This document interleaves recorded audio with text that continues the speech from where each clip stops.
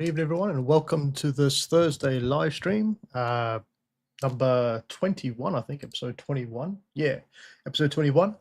And this one is a portfolio review. So if you have a portfolio and you want me to see your portfolio and show it online and go through your portfolio with me, with the chat, then just grab the Discord link in below and then put it in the art portfolios once you join the Discord. Before we get started, I just want to share with you a video about memberships. So I'll be back in 1 minute. So you want to join my membership? Gotcha.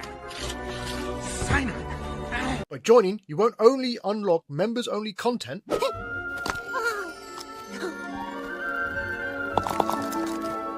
you'll also be supporting my channel and the growth of the community. Are you ready to do your part? I'm doing my part. For as little as a price of coffee a month. God damn, Jimmy. This some serious gourmet shit. You'll be able to access all past live streams and get exclusive members-only content. Yeah, boy. That's less than 49p a video. Shut up and take my money. So if you're ready, join now and become part of this 3D journey. Where we're going, we don't need roads.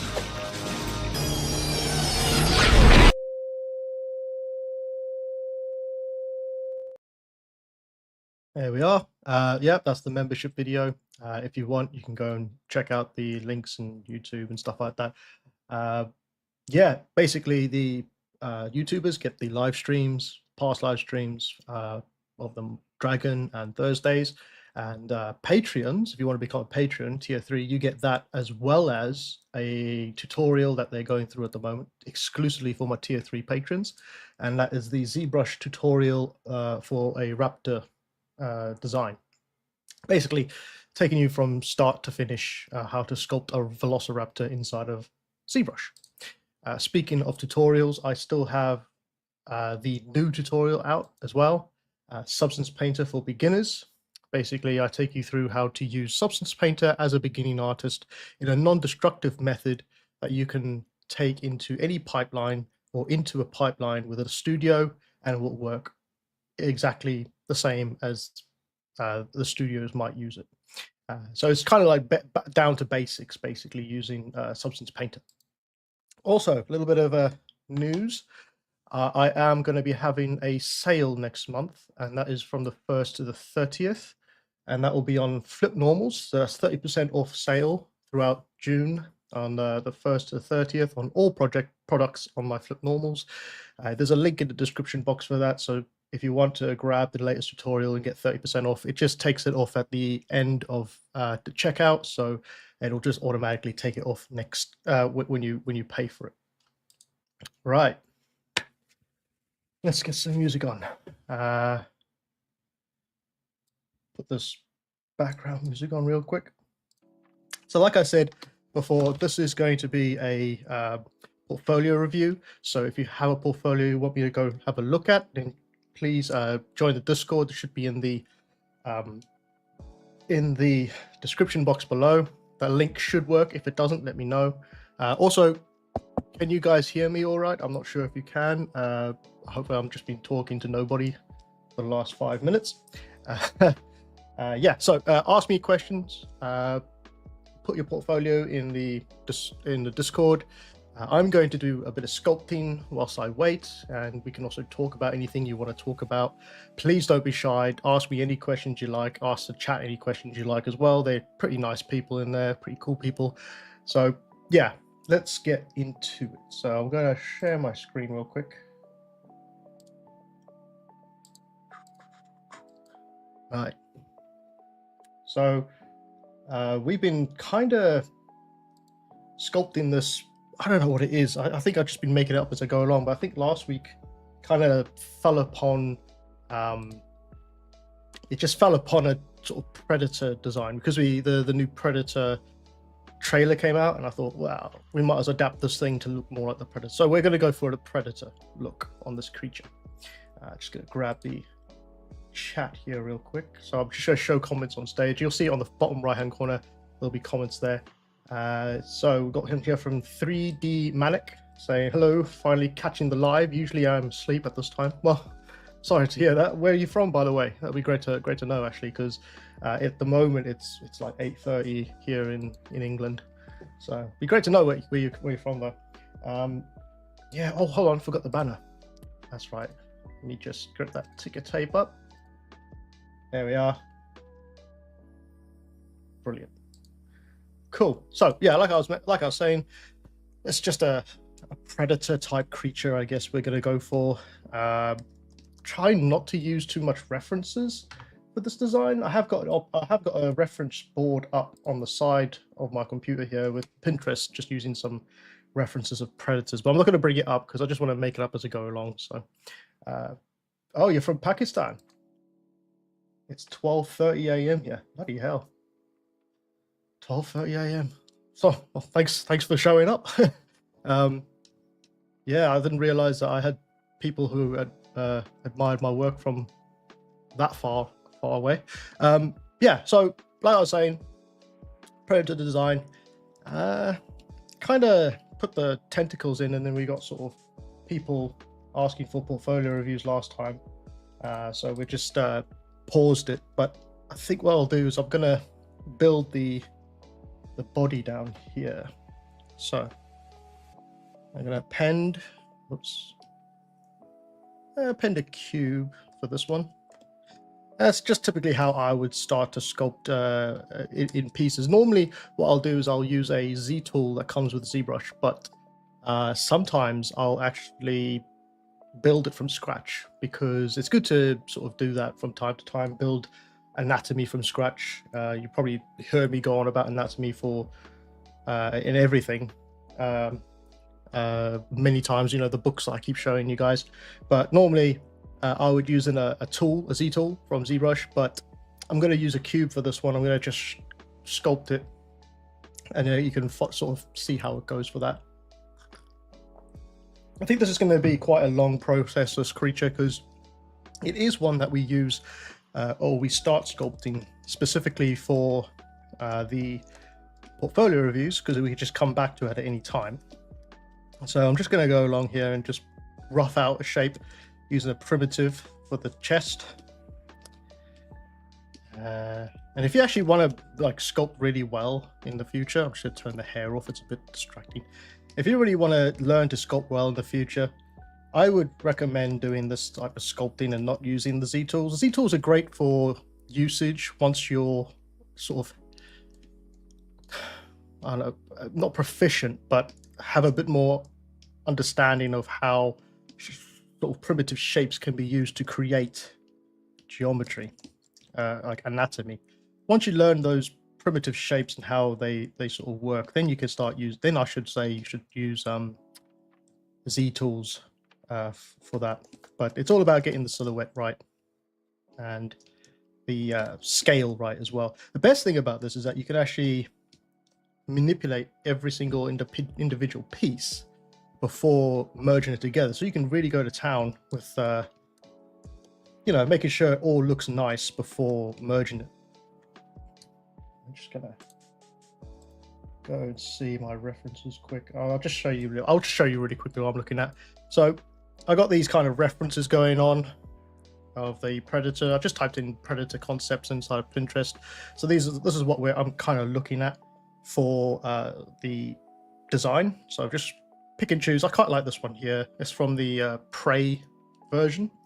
I quite like the look of this body here, so I'm just gonna select this one, and I'm just gonna keep this off to the side and use that as a kind of starting point, jumping off point for the sort of design I want. I know it's supposed to be kind of humanoid, so it's got to have humanoid features, but I'm thinking of changing it up, so using humanoid features, but at the same time changing it to look more alien rather than humanoid. Got one here from Mervy Clay. Oops, Mervy Clay saying, "Sup, bro? Hello." Oh, got one from 3D Manic saying, "Well, I'm here. Would love to hear your thoughts on my portfolio. It's already in the art portfolio section all the way down. First one after your link." Okay, let me check that out quick, because that's what we're here for. We're here for portfolio review. So, God, this is depressing music. One second. Yeah, that's better. So yeah, we're here for that. So let's check it out real quick.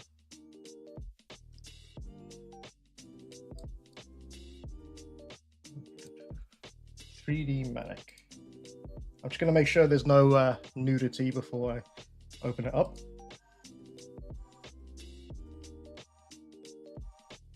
Okay. Okay, cool. This looks good. Could you give... Hey, Joseph, nice to see you again. 3D Manic, could you let me know in the chat, or let the chat know, well, me actually, what are you sort of going for when you're with your portfolio? What do you want to do? Do you want to be a creature artist? Do you want to be a hard surface artist? Do you want to be in games and film? Put it in the chat and I'll read it, and I'll let you know my thoughts. But I'll just bring your portfolio over to the main screen. So this is M. Hunain Ayers. I hope that's right. Senior vegetation artist at Epic Games. Oh, okay, so you already work for Epic Games. That's pretty cool. From Pakistan. It says, I'm a MBA in marketing and currently working as a 3D artist. I pursued my studies in marketing due to lack of guidance. However, I wouldn't put that. I mean, it's good to know that you pursued your studies in marketing, but due to lack of guidance, I wouldn't put that in there, because that kind of gives the impression that you're sort of falling on this as a, I don't know, a side job. I mean, you are a senior artist, so you've made it, but yeah, I wouldn't put that into the bibliography. Some creative specs goes hand in hand with the graphic design. I started learning the art of 3D modeling and animation on my own. That's good. Yeah, that is good. I like that. I started a bachelor's degree, kept both the studies at steady pace. I finished my MBA in marketing. After that, I joined a locally renowned institute, Arena Multimedia, for a diploma in computer graphics. That's cool. That's good. Good bit of history there, actually. So you got 2 degrees. Bloody hell. I'd hate to see your student loan debt. Let's have a look at what you got here then. So you've got some creatures at the bottom here. Oh, got one here. Just one quick question from Mevray Clay. It says, how much time, I guess that means, you need for creating AAA game character? From Ukraine. Hello. For a AAA character, they normally give you about a month to make a AAA character. That's in game design. Game design, you kind of do everything. So you'll do the clothing, the weapons, the model, the actual creature or character, the hair or hair cards, depending on the studio you work for. If it's a smaller studio, you'll probably do a lot more. If it's a massive AAA studio, you'll probably do a little less. They probably split that up between several artists. So grooming might get an artist for doing all the hair. Clothing might get an artist because they can use Marvelous Designer. Characters will have an artist. Creatures and characters. Some places have specific artists for facial. So sometimes most of these days they have a 3D scans of people, and then they have to go and get an artist to clean it up and make it sort of ready for the game. It's kind of like film, it's split into separate parts. But if you are a smaller studio, you'll probably be asked to do a lot more than a normal AAA studio. So here from 3D Manic saying primarily in games, but in general, I love 3D. I'm right now growing my skills in character or creature art. Okay. He says probably looking to become a character artist sometime in the future. Okay, well, what I'll do then, because I can see you've done some cool looking environment stuff, which is great to have in your portfolio if you're wanting to be a environment artist, obviously. But if you're trying to move more towards character design, I would start to add the character stuff up front. I know that it's not, might not have good character art, but it's better to show what your intentions are and maybe have it in a separate portfolio in case it doesn't look great to begin with. But characters should be pushed to the forefront for potential employer trying to look for someone. So what we'll do is we'll start at the bottom here, because this must be one of the first ones you maybe made. I kind of like looking at these ones because I kind of like seeing how you progress as you go on. And you got a Doom Hell Knight here in the Stylus League sculpt along. It's got some good anatomy from what I can see in this video. Let's just scroll down to the actual model real quick. So got a good pose. Anyway, oh no, we've got some stills here, and that's it. I think if you could get, it's nice to see your development of your character, but it flickers too quickly. I would like to see the character in a neutral A pose, like there. So if you stop it at the point where it's got just a gray character, but it's completed, the high poly model, and just have a couple of shots of that still, that would be really helpful. It's nice to see a posed character, but it's also nice to see a character in A pose so we can really see the anatomy structure and the overall finish that you do on your design. So that's one good thing to keep in mind. It's a good character though, I like it. Yeah, I like it. Don't get me wrong, I do like it. It's the finish, the render finish is very what do you call it? Plastic toy-like. I'm not sure if that's the sort of finish you're going for, but there could be some room for improvement in the substance or the texturing, and I do have a texture tutorial for that now. If you go, you can find it. I'll just share it real quick. It's where is it? This one. So it's a Hell Knight as well. So you'll get this Hell Knight and you'll be able to texture along with me whilst I show you how to use Substance Painter. And then what you can do is you can add that knowledge to your own design if you want to go back and redo it. And I think that would be quite beneficial. You got what do you call it? A head bust. It's a Minotaur head for the Extra Mile Students Challenge. So these are kind of your student projects, I guess. I'll take it.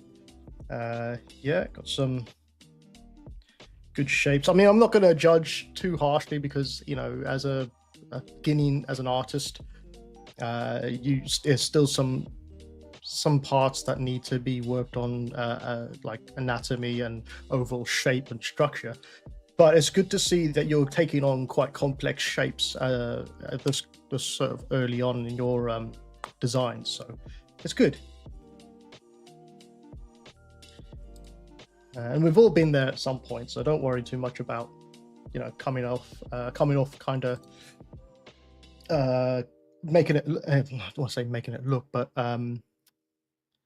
coming off a little,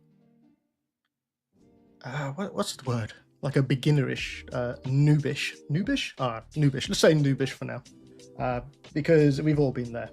Let's have a look at the next one. Okay, so we got something called a Ura, I guess, a primitive insectoid from Initi planet, the Extra Mile Cosmos. I use these names, I can't speak. Yeah, okay. Got some, I mean, the pose could have been a little bit more defined. It's good that you got a good complex pose in there. It's kind of floating though. You know, it's not like it's on a ground. I'd like to have seen maybe the ground of it as well, like a little platform. Let me just see if I can quickly find one that I did, and you can kind of see what I mean by it.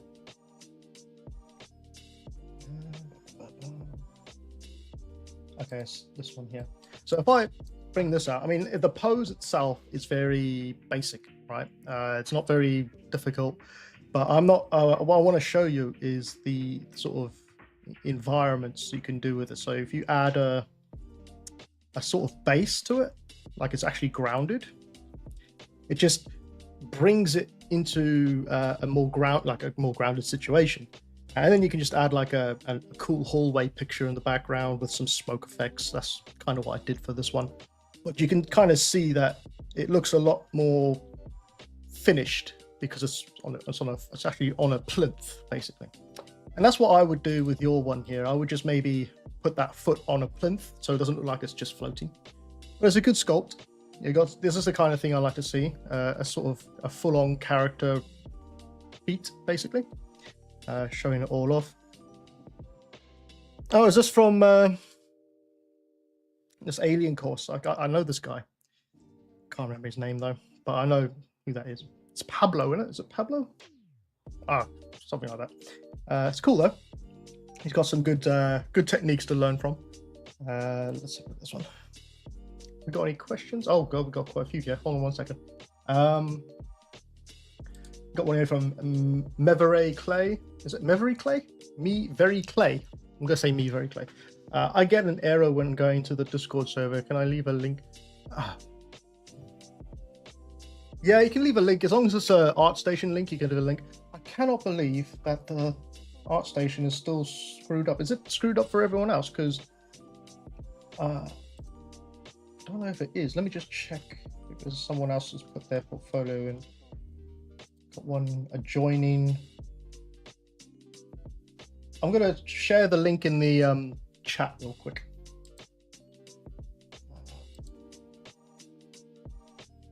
Why has it done that? It's changed it again.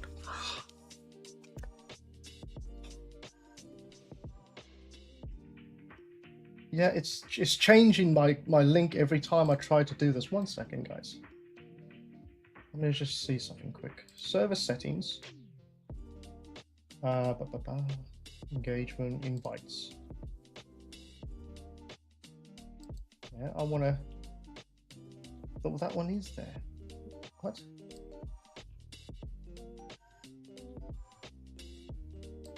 Choose that one. I want this one. Escape. Invite people. Let's change it again. I don't know what's going on with this thing because I created a universal, like a non-timed out link, and it seemed to work for a bit, but now it's not wanting to work anymore. Yeah, sorry about that, guys. Let's see here. 3 Dynamic says, yes, that is what my goal is next to improve anatomy, and your substance painter course is definitely in my cart. Just need to finish the practice. Cool. Yeah, so talking now. Oh, now it's all good. Thanks. Oh, bloody hell. You know what? I'm done with Discord. I mean, it's a great place to have people and people link up and stuff like that, but it is a nightmare when it comes to fixing their bloody links, I tell you. Yeah, so anatomy is very important. I keep saying that to everybody that asks me what's the most important thing to learn. It's always anatomy. It's not just anatomy of humans.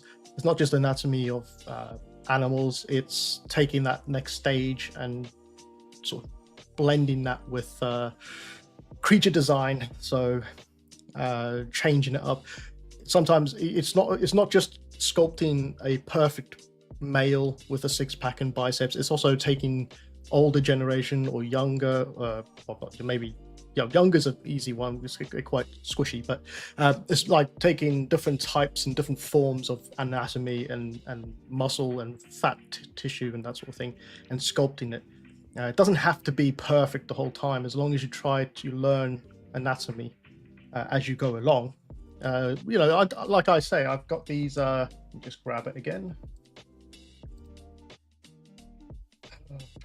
Back and forth. So if you look here, I've got one here for anatomy, and you can see in here, I've done a hand sculpt in 1.5 hours, right?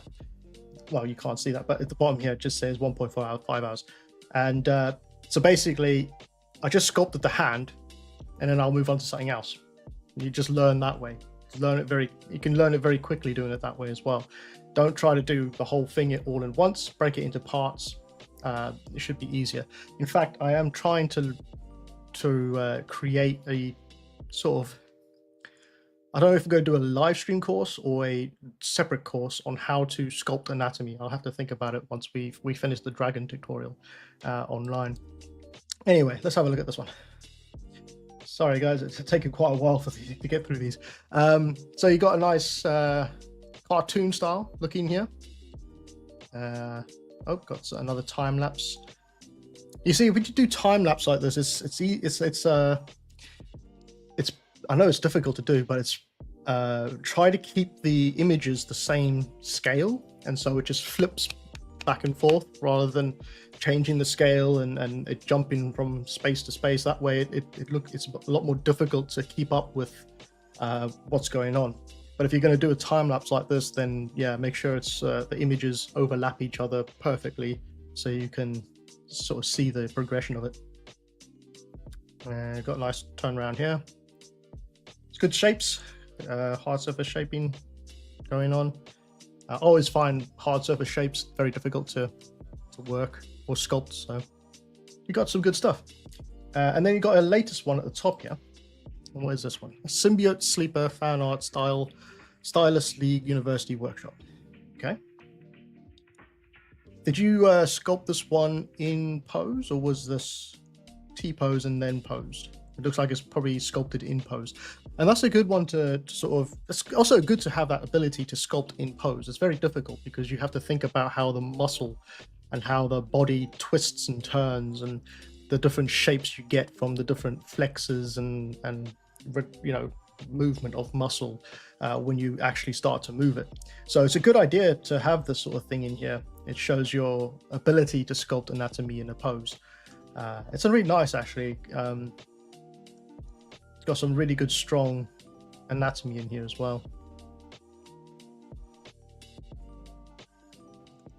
The most difficult part about it, though, is sculpting asymmetrical, especially when you have the character already in pose. That's why if I was to do this type of thing, I would make it a T pose, then pose halfway through, like you just said. Yeah, you said it right there. T pose, then pose halfway through, then sculpted more to fix anatomy. Yeah, so do as much as you can, well, as much as you can. Get all the main shapes down first in T pose, then pose it. Don't worry about breaking it because you're going to fix it anyway. So make the pose you want, then go in and study reference poses of the pose you're creating and how the muscles look like as well. Got one here from Shira Phoenix saying, may I have portfolio review too? The link is in the Discord. Yep. Just give me 1 second. I'll just finish off with this one quick. So yeah, you've got some good stuff. I'd actually like the alien here. This one, if you can see that. I like this one. This one is strong, but it needs just a little bit more work done to it. And if you do the tutorial, the one with the other Hell Knight from my tutorial, you can use that in your portfolio as well as a, you know, texturing test in your portfolio. You can use that as well in yours and you know, have that up there. So you'll have like 1, 2, 3. I do like this one. Not a fan of the cartoon style, but I can see where you're going with it. If you update this to have a more realistic texture, then I'd put that one as well. So you have about 5, roughly 5 good character designs on here, and then you can kind of move these sort of environment stuff lower down because they're less important if you're trying to become a character artist. And eventually, once you become a character artist, you can actually get rid of the environment stuff. You don't have to take it off the page. You could just put it in a vegetation, like here. Yeah, the vegetation mega scans. Just keep it in here, but don't put it front and center, basically. I hope that's helped, though. But you got some good stuff, so yeah, you're well on your way, mate. Right, just close this one. Okay, it doesn't look like we're gonna get much of this one done, but we will. If there's a lull in the chat, then we'll come back to it. So let me just grab the next portfolio. I think Sheer Phoenix, you were asking first because you've already put your portfolio in before, so before everyone else. So let's just jump into yours. Just going to check to see if there's no hard nudity, because we can't do that on YouTube. So let's just check your portfolio first. Go to all. Oh God, you're a professional, aren't you? I don't know why professionals ask for my advice. It's kind of strange. Anyway, let's have a look. So I got one here from Shira Phoenix. I'm just going to call you Shira Phoenix. I'm bad with names. It says miniature concept at Print Minis, 3D creature artist from Italy. So let's just have a look here. Oh my god, that's a long.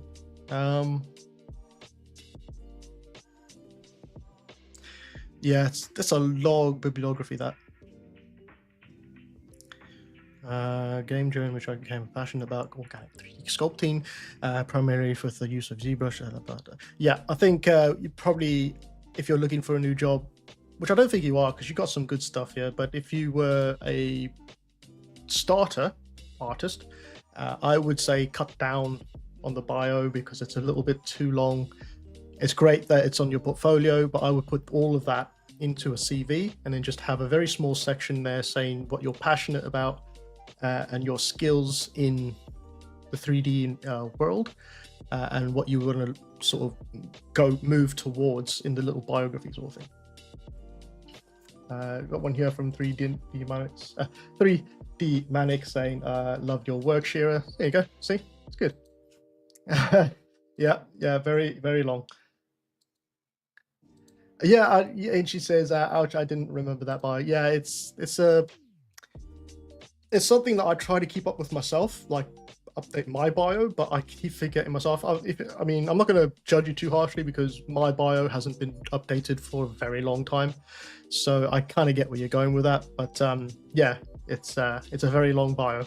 But I mean, you can have that long bio there because you got some great work. You got some great work here, so won't hold it against you, and you look like you're a professional anyway. So. Okay, so is there any particular one you'd like me to look at? Because from what I can see, you got some good stuff here. You got some nice creature design. Got very strong.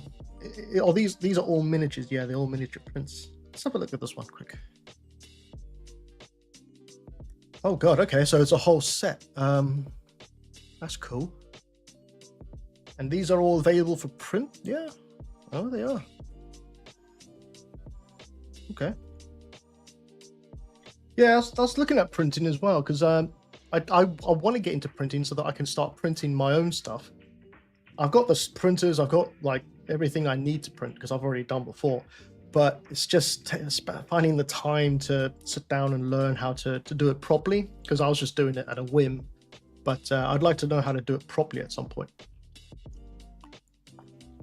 And then, you know, sort of sell them or give them away to YouTube members or Patreon members, you know, in a nice little box or something. I don't know.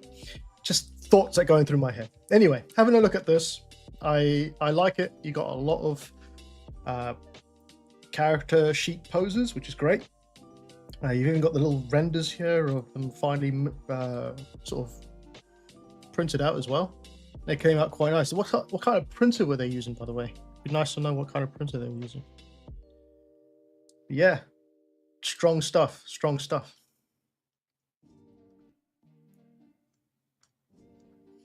I mean, I guess the only thing I'd say is when it comes to 3D printing stuff, like miniatures and whatnot, you can sort of, if it's not a game design character. Okay, so she says client uses Illigo Mars. Oh, okay, nice. It's a resin printer. That's cool. Yeah, I've got any cubic 6K. I think that's the one I've got at the moment. I've got two others as well, but I haven't used them in ages. Yeah, so when it comes to game design, I'd say these are strong for game design. Your skills are strong for game design. But if you're trying to get into film, I don't know if you are or not, but if you were ever trying to get into film, then you'd have to show a little bit more finer details, and I'm talking wrinkles, you know, wrinkles, anatomy, and all those finer things that you only get from in film, and in some games as well. Games, they're catching up with film, so the sort of detail between game and film now is getting a little difficult to sort of see, you know, because they're kind of merging more. So you'll probably find that game design will soon be like film, and they'll start to do things in game design that film does. But you have got a lot of work here for if you were to continue in miniatures. You got some good stuff here. Oh, you got some stuff at your bottom. New entry portfolio. Is this the same guy? The same course, I take it. Color rendered in ZBrush, post in Photoshop. Various references. Okay, yeah, it's cool. I see you tried to do the ZBrush to Photoshop rendering style, which is okay. It's good. So it's difficult style to sort of get correct, I'd say. The ZBrush to Photoshop. I find it easier to go from ZBrush to Keyshot to Photoshop, because Keyshot, at least you get a more realistic render than you would out of ZBrush. But it's all about using the ZBrush renders to make it look good inside of Photoshop. It's difficult to get right, but yeah, it's got some good stuff. Let's have a look at this one. I love dragons.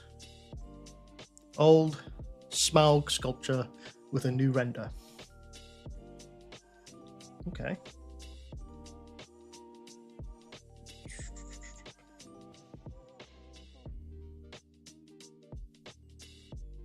Yeah, I mean, it's difficult to do realistic, especially if you work mostly in miniatures sort of sculpting, because it's hard for me to go from realistic sculpting to miniature sculpting, because in miniature sculpting you don't really need that as much detail. Even though the printers are getting better, you don't need that much detail on your models. But I find it difficult from going from realistic to 3D miniatures.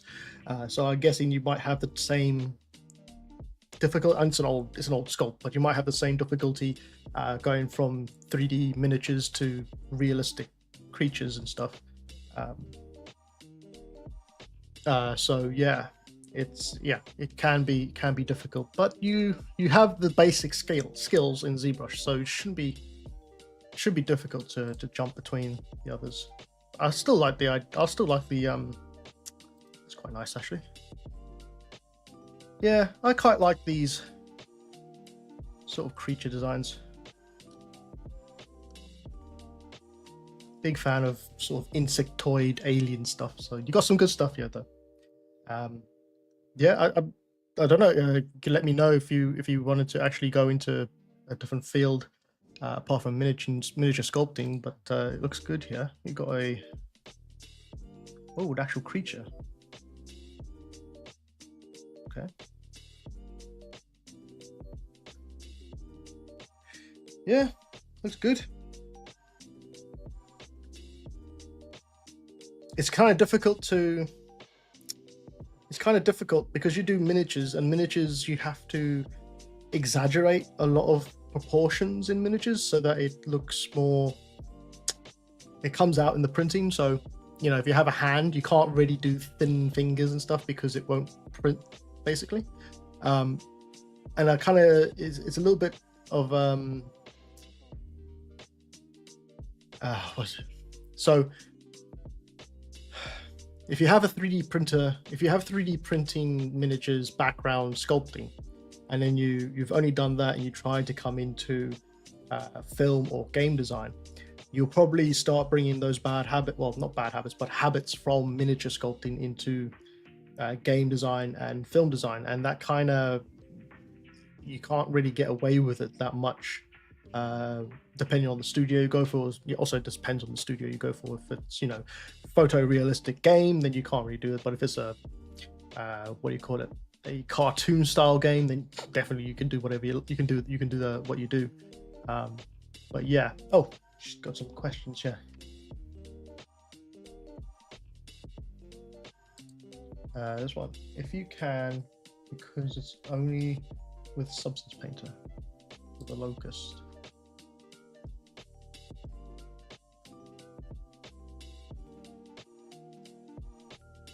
Yeah, I mean, yeah, I mean the overall finish of it, depending if it's a concept, I take a fan art. Okay, Yeah, it's a difficult one to say because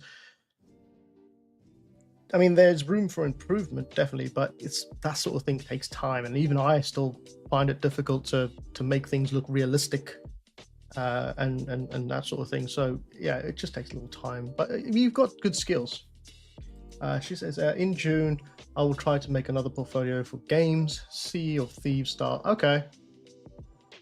Okay, yeah, I think you can definitely then migrate your miniature sculpting skills into that style of Sea of Thieves because they're very close, cartoon style and exaggeration styles. More cartoonish and exaggerated style. So though that would actually be quite beneficial for your skills would be beneficial for that sort of portfolio.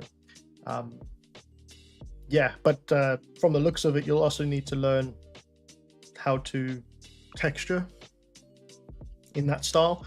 And I've got one here actually. So let's have a look. So was this done in just ZBrush and Photoshop? Okay. Yeah, I mean, you can see the kind of cartoon style coming out with a little bit of crisp edges here and there and hard and soft edges and cartoony look. It would probably be beneficial to take this into something like Substance Painter rather than using ZBrush and Photoshop, because you'll be able to get more of that cartoon painted brush style on your character. But it's a good start. I mean, you'll definitely have the skills to create one of those characters that they have in that sort of cartoon style. If you're trying to, I mean, you got the miniature. Yeah, you got them all split up here: miniatures, other work, personal. Yeah. So miniatures are great. If you want to start making your way into games and film design, again, like the last one, start pulling the miniatures lower down. Maybe keep one or two that look good. Well, they all look good, but one or two that are more recent. So I'm guessing these 4 at the top are a bit more recent. They look like they got better renders on them. So I would use those ones. Maybe even this one. Let me just have a look at it quick. Yeah, this one as well. It's quite nice. That could definitely be like a character in a game. So pick the best ones you have and stick them closer to the top. Any others that are a little old and a little bit dated, you can kind of get rid of those ones, because we don't have to get rid of them. You can just stick them into your personal projects instead. But yeah, you got some good stuff here. Are you a freelancer? Yeah, freelancer. Okay. Yeah, it makes sense. Makes sense. That's why you got so many different companies in here. That's great. Yeah, strong stuff. What's this one? Oh, that's quite nice. I thought that was a real sort of setting in the back at first glance, but then I sort of scrolled down and saw actually 3D, which was quite cool actually. I quite like that when people do that, because it's kind of like, is that in a real space or is that fake? Strange. But yeah, good stuff. I hope that helps. If you have any other questions for me though, please let me know and I'll be able to answer them for you if you want to know anything more. Okay, let's see. Oh, we've got Iron Spear here saying, how can send my portfolio to you? There is a Discord link, but I don't think the link is working at the moment. So unless someone can sort of put a link in here, let me just do this one. I'm gonna put this link in here. You can follow that link and you can log in and add your ArtStation portfolio into there. Just says no thank you for the feedback. No, thank you for the feedback. I thought I said no thank you for the feedback. Oh, okay. No, thank you for the feedback. That's great. Let me just change this music. Get on my absolute nut right now. Let's change it there. All right, let's have a look at what we got. How many more have we got in here?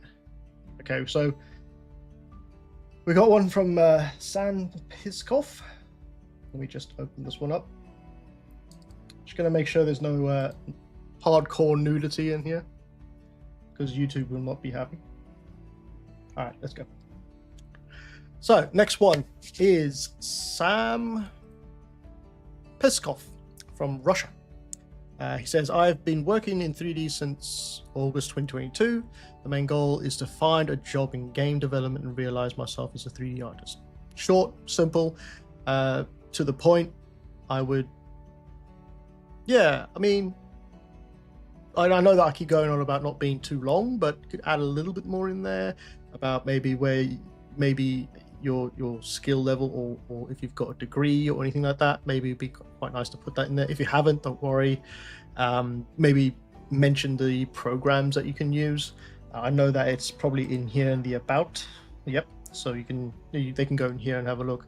But again, short and simple, it's fine. You got the skills here, which are great. Always great to have those skills in there as well. So let's have a look at what we got. Okay. Well, of course, I got to go to the orc bust first and see what this is like. And is this a time-lapse video? Yeah. I think I might have seen this one still. Oh yeah, I might have started watching this one actually on YouTube.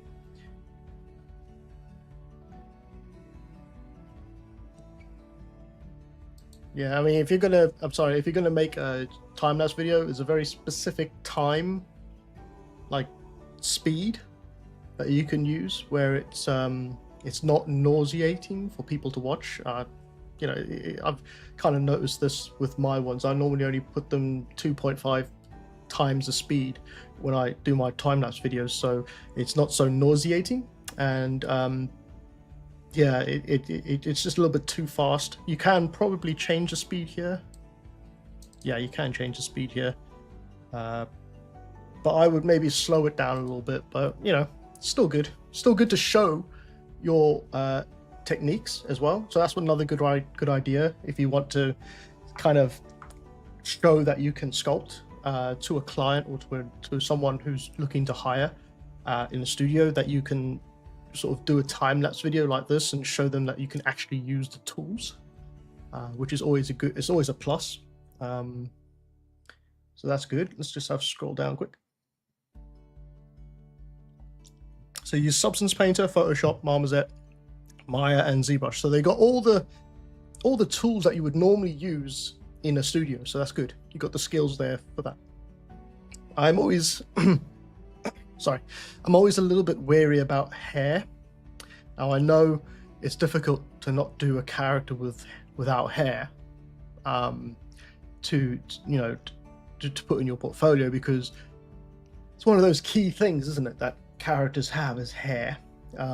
So I mean, kudos to you for getting that far with it. I mean, I would have probably given up first go, but yeah, it's good.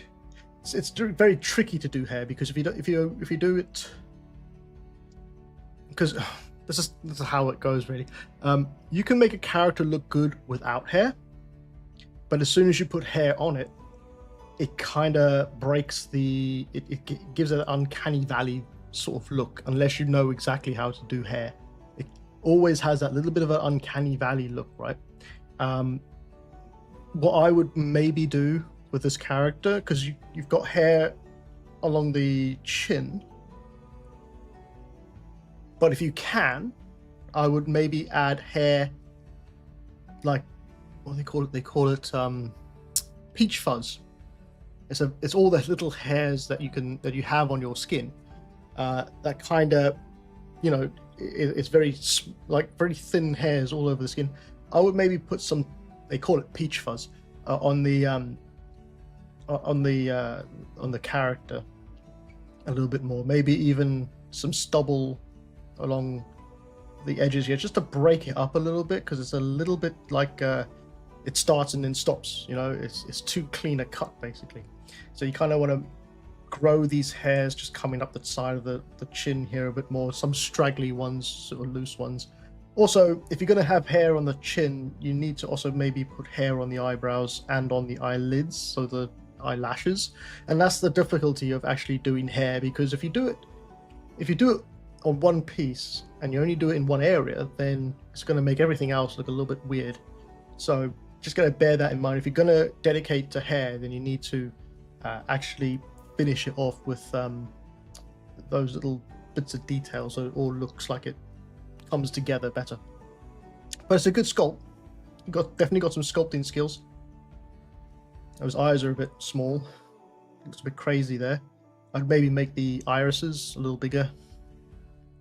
But that's something you can change in using the eye lens, because you can make the eyes bigger and smaller and stuff like that as well.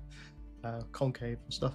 Got some good hard surface on the orc. You got some good realistic sculpting here, which is good. I'd like to see this character in a full body as well, when you maybe have time at some point. It's always good to have a full body character. You got some here, which is good. Not a massive fan of. I mean, I do concepts where I use things that are already in IPs, right? So if you look at my portfolio, you'll see loads of Venoms and all these sort of things, but that's just like personal work that I do. It's not something that I expect the person who's looking at my portfolios to say, oh yeah, he'll have that because he's done a Grogu or he's done this or that. Not a massive fan of that sort of thing. I do it because I like to show people how to do it using ZBrush and Photoshop. But it's a good sculpt. The depth of the eyes maybe is a bit too, like the actual eye hole area where the eyeball fits. There's a little bit. There's not enough like wrinkle detail in here. And in general, it's very soft in certain places. I would maybe take another pass at it, especially if you're going to be using SSS, like subsurface scattering. It's going to sort of destroy any wrinkling maps that you might use, and depth or normal maps. So you might need to just enhance those details a little bit more and make those wrinkles a bit thicker. But that's a nice sculpt. The thing is, right, when it comes to sculpting IPs that are existing at the moment, it's going to be very easy for a person who's looking to hire someone to see Grogu and say, there's things there that don't look right. Doesn't look like the actual one from the film or from the show. I can see the mistakes and stuff like that, right? And that's another reason why I don't normally do celebrity faces when I sculpt, because I know that I would get it wrong. So I typically try to stay away from celebrity faces or faces that are recognizable, because otherwise they can immediately see the flaws and see the mistakes. Unless you are very good at it, at sculpting celebrity faces, then I would, or creatures that are existing, then I would kind of try to stay away from it a little bit. Easier said than done, obviously, because everybody wants to sculpt the latest IP or the latest craze in the industry.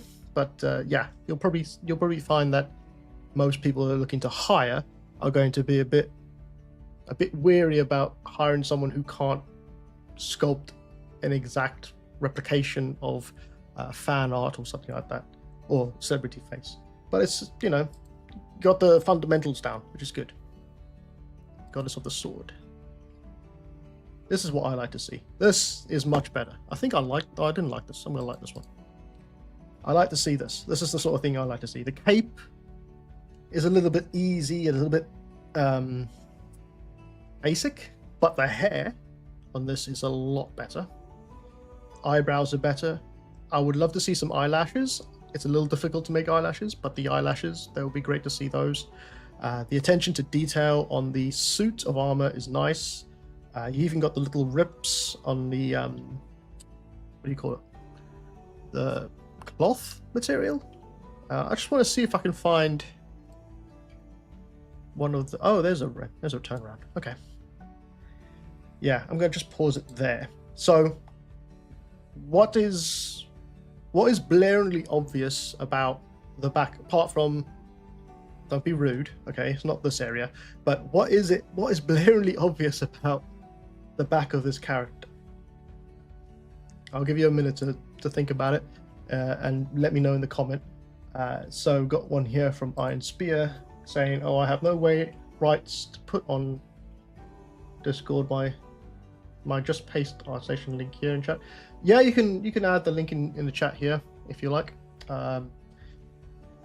I just have to go through it before I open it, because it might. I want to make sure it's safe for YouTube to see, to use on YouTube. I got one from Sam, the person's portfolio. The person who portfolio is. Yes, you've already seen my portfolio since last time. I've added the second last works. Okay, so I have done this one before. All right, so I'm probably going over old stuff, but it's good to see a kind of sort of development, I guess, of portfolios. So, but it's good. Yeah, it's good. Let me just close that. So, what's glaringly obvious about this one is the cape, or the sort of dress, whatever you want to call it. It's such a massive piece of geometry, right? It's got to have something on there to break it up, otherwise it's going to just get lost. I would maybe put a logo, I say logo, it's more of like an embroidery onto it, like that stands out from it. So you've got a lot of very plain colors on this character. Just scroll back a bit. You see, what I would do is I would change this here, this red dress, to white, and then I'd actually make the cape, or whatever that cloth piece is, red with gold trim, which has got an embroidery on it of a lion or anything that's, you know, that can sort of tell a story about this character. Because at the moment we have a really nice looking knight, right? And it is a really nice looking a knight. It's got really nice sort of armor. The finish on it is really well done. Apart from the cape, and these parts here are a little bit too, everything's a little bit too what do you want to call it, saturated? No, not saturated, but it's kind of, it's too much white going on. Now, unless this is like a period sort of piece armor and it's supposed to look like this, great. If not, I would change it up, make the dress white. This is my opinion, obviously. Make the dress white, make the cape red, because it stands out more. And it also will show off the legs more, because red against the silver and white sort of cloth of the legs will make the legs stand out more, so it won't sort of get hidden in there. And maybe the sort of scarf that's around her neck, which I guess is part of the dress, could be a nice red. The actual cloth pieces in here, maybe they can be, I don't know.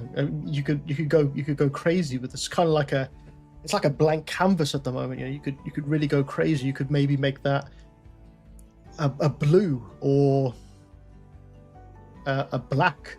You know, really go to town on it. Otherwise, it's just something that looks very good, the sculpt, but without the attention to the texturing, it's going to be lost basically. Yeah, you can see here, even with just the color map, it's a lot of white. You know, it's a lot of white going on. It needs that breakup. If you break up the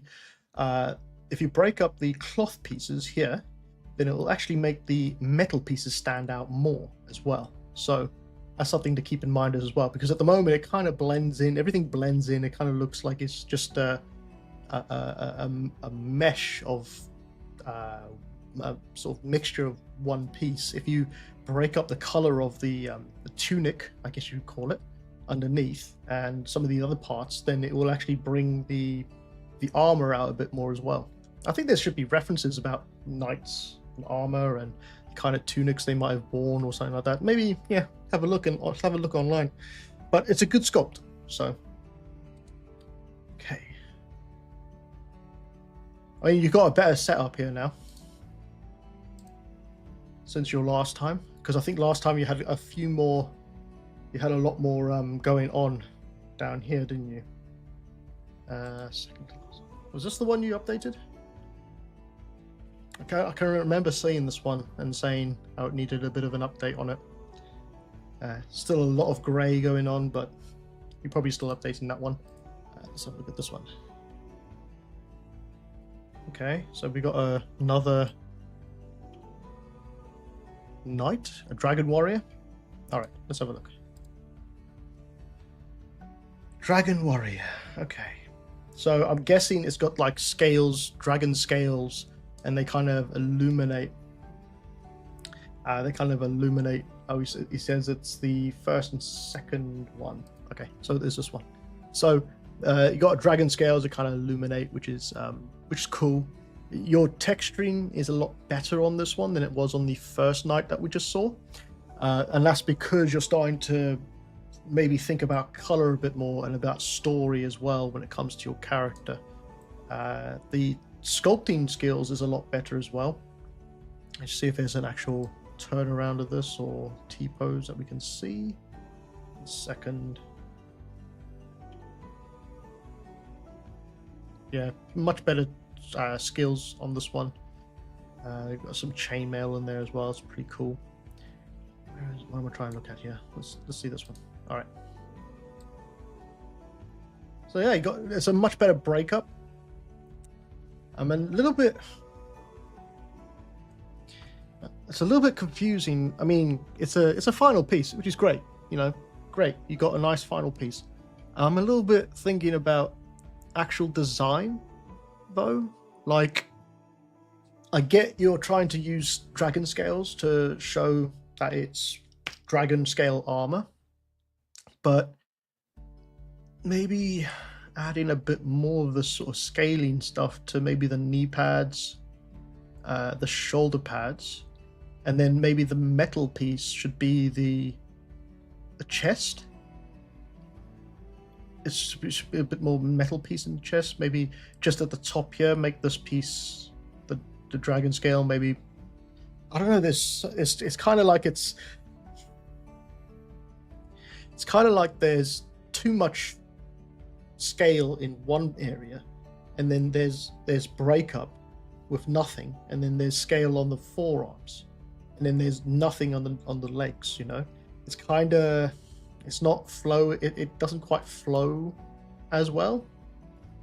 Cool design, but there could be some room for design change in the future, maybe. But yeah, I mean, I like it. You got some good skills here. Some good hard surface skills. Some good cloth skills as well. These little intricate details, like a flask, the little quiver with arrows in it. Don't know where the bow is. Be nice if he had the bow with him. Maybe just slung across his chest. Maybe that could be something that could break up this massive area of scales. Just having like a leather sash coming across the top, across the front, maybe crisscrossed, you know, and a sort of dragon implement in the middle. Just something to break it up a little bit, maybe. It's a cool design. Okay, last one. Let's have a look. So this is a Dread Handguard, the immortal sentinels who serves as the ancient necromancer's private army, the Dread Hand. Okay, so there's actually an original design here. Let's have a look at this one. From Oliver Oddmark. That's some cool stuff. Okay, so it's supposed to look a bit weird. Well, simple. I love this hand idea for the helmet, actually. Like a hand holding the helmet, but it's actually all one piece as a helmet. It's quite cool. Anyway, let's have a look. So, trying... I mean, you got some good close-up renders and stuff. I'm not sure if I'm a massive fan of seeing such close-up renders to begin with. I'd like to see maybe the full thing, and then as I scroll down, I can see the closer details if I wanted to, because otherwise I start off with a massive image like this and I have to kind of scroll up and down to sort of see it all, right?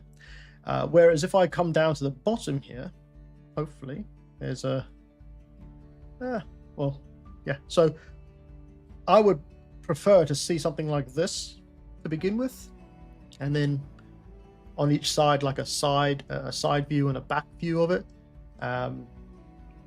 instead of maybe too much of a huge image like this. Can't remember if ArtStation does this, but you can load, if you put an image into ArtStation, there's a button that says full size image, I believe. If you click on that, if you disable that, then it will kind of shrink it so that's more suited to the we call it visual window of the computer, that or the screen size, because at the moment it's a little bit too big to see everything all at once. Could be a little bit of a turn off for someone who's looking at portfolios. But I mean, you got the skills in here. It looks like you. Oh my god, how long did it take you to make all those? I think I'd kill myself. Anyway, yeah, I mean, you got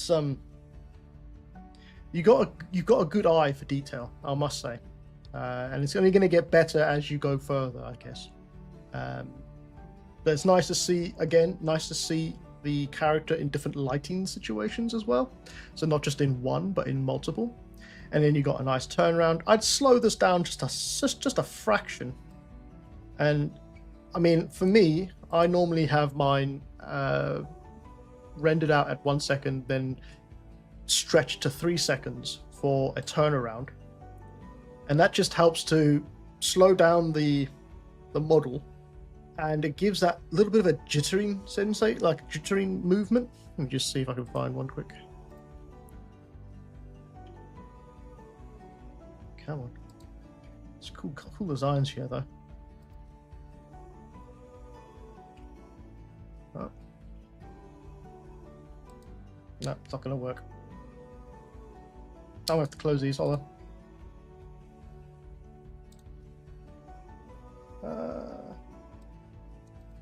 Okay, let's have a look at this one again. Yeah, I hope my live stream's not clicking out on you guys or breaking up on you guys. I think ArtStation's updating their site at the moment, by the looks of it. There might be an update on ArtStation. God damn it. I hope not. I'm going to put that to one side. I mean, I hope you know I've shown you some. I've given you some tips on your portfolio. Great portfolio. It's really getting there now. You got some good work coming along. Just keep going. Make the next character in your portfolio, I guess. All right, I'm just going to check the ArtStation's working real quick. If you have any questions, please leave them in the chat. I'll get round to them as well. Okay, got one here. Let me just open this one up and see if it's going to work. Come on.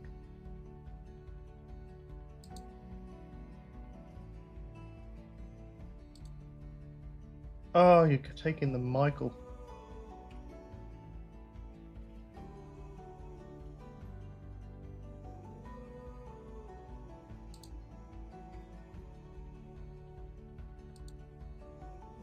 Looks like ArtStation is just loading constantly. It must be doing an update for it at the moment, which is a really big pain in the backside. I'm just going to leave that there for a minute to load. But in the meantime, if you guys have anything you want to ask me, or you know, whatever you want to ask, I'll answer them. But I'll just carry on working on this thing here whilst I wait for ArtStation to pick up.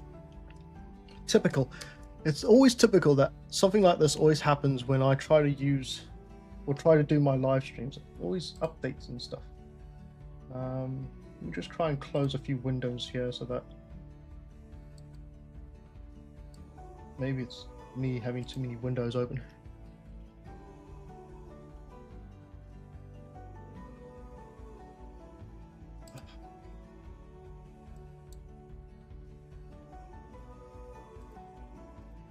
Try opening it again. No, looks like it's ArtStation. They must be updating their website at the moment, which sucks because it's kind of ruining it's actually ruining the live stream. But I'll tell you what we'll do. If you have any questions you want to ask me, please go ahead and ask me. Sorry about this, guys. I will try to keep loading these ArtStation websites, but it looks like they're just not loading for some reason. Got one here from Micah Rio. I hope that's right. Do you adjust the focal length before you start sculpting? Yes, I do. Typically what I do is I typically sculpt on a focal length of 50mm because it's kind of close to the 60mm, which is normally what a camera is, 50, 60. So that's what I do. Now, horizontal, vertical, all depends on you, I guess, but horizontal's fine for the default loading of ZBrush, so I just keep it at that. But yes, don't sculpt things in 35, 28, or 24 or 18 because the fisheye view is just unbearable, and it won't work when you take it out of here into Maya or Blender or wherever you want to take it to. Going here from Maveri, what's better for studios when you're looking for specialists? Having a lot of mediocre work or a few very strong ones? Very good question. Having a few strong ones, a very few strong ones is a plus, but also on the side, so in a different area on your portfolio, like personal projects, whatever, you can add your, I don't want to say mediocre work, I want to say work in progress, like your sort of anatomy studies and stuff like that, because they like to see that stuff still.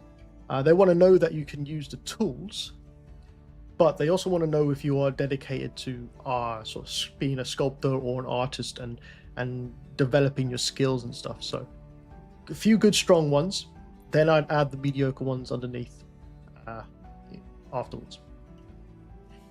Just waiting. Oh no. Nope, our station's still not working. But yeah, so I hope that helps. Oh, so it's just a ArtStation problem then. Okay, so yeah, it's not my fault then. Thank God. Cool. So yeah, what I'll do then is I'll just carry on sculpting this thing whilst we maybe wait for this to work. If you have any questions, please add them to the chat. What I'll do is I'll add this ticker tape instead whilst we wait for ArtStation to keep going or to open up again. Basically, it's just a ticker tape of YouTube membership, Patreon membership, online store, and exclusive projects and stuff like that on Patreon, stuff like that. So I'll just leave that in the background whilst we sculpt this further. So as I said at the beginning of this live stream, I am using references for this. It's just that they are off screen at the moment. So this is what I'm actually sort of mimicking the body on, because I kind of like the look of this body. It's very humanoid but alien at the same time.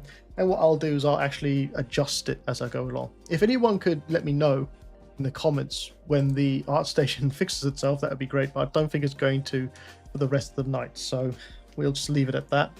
So once I have the body in a sort of body shape, then I will actually start to sculpt using Dynamesh, because I tend to use Dynamesh. I don't use Sculptress or whatever. Yeah, this thing up here is Sculptress Pro mode. I'm very old school and I prefer to use Dynamesh on these sort of sculpts. And the first thing I want to do is grab the dam standard with Alpha 47, and I'm going to pencil in the sort of chest area so I know where that is. And if you learn anatomy, then you should know how the chest muscles look. Oh, got a question here.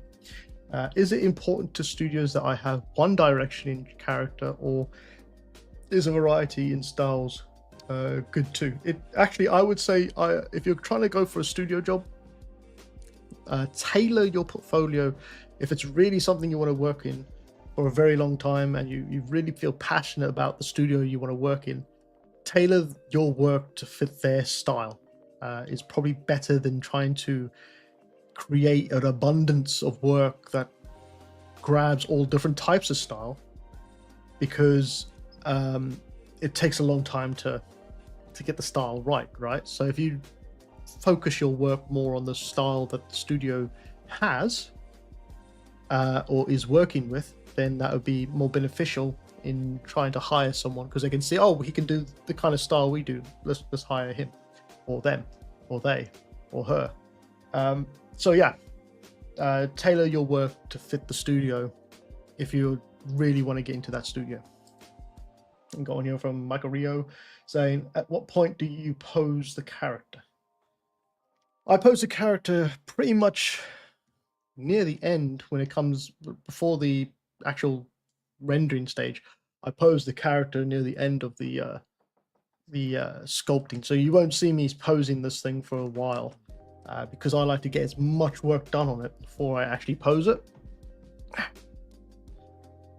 So yeah, so I'm just going to go in with the dam stand like I said, and I kind of know that the rib cage will sit around here, come up the back. Now if you know anatomy, then you'll know how the rib cage will probably sit on your creature or your character. It actually might sit a little higher up here, like that. And then this part here will just sculpt this away.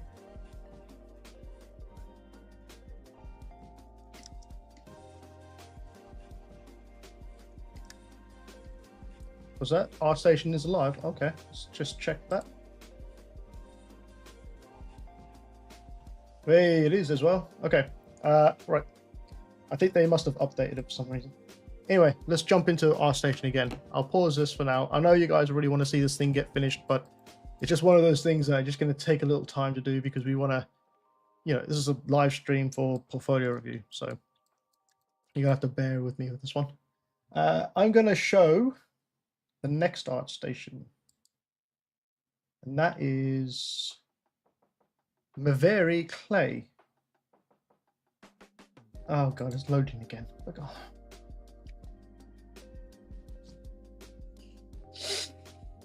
Oh, come on. Looks like it's loading again. I'm going to leave it to load for now and see what happens. If it pops up, I'll bring it in, but if it doesn't, then I'm sorry. Let's continue with this. So, like I said, I pencil in the basic shapes. Now, using anatomy is a lot easier for this, so you kind of know exactly what you're doing if you know anatomy properly. So, I'm just guessing on this point for this part. The shoulder blade will sit around here. There's a hole there for the arm to sit in. Oh no, we got the art station up. All right, let's go. Okay, so this is Andriy Duchenko. I hope that's right. Another Ukrainian. And in here it says, "Hi everyone, I'm Andriy, 27-year-old, starting in 2022. I'm working for game CG product on freelance. Email is here. Software, well, I'm using ZBrush Blender, Marvelous Designer, Marmoset Toolbag, Ryzen UV. I'm not quite sure. Oh, is that for UV most? Substance Painter, Substance Designer, and Unreal Engine. Okay, good, short, simple, sweet. Let's have a look at your artwork.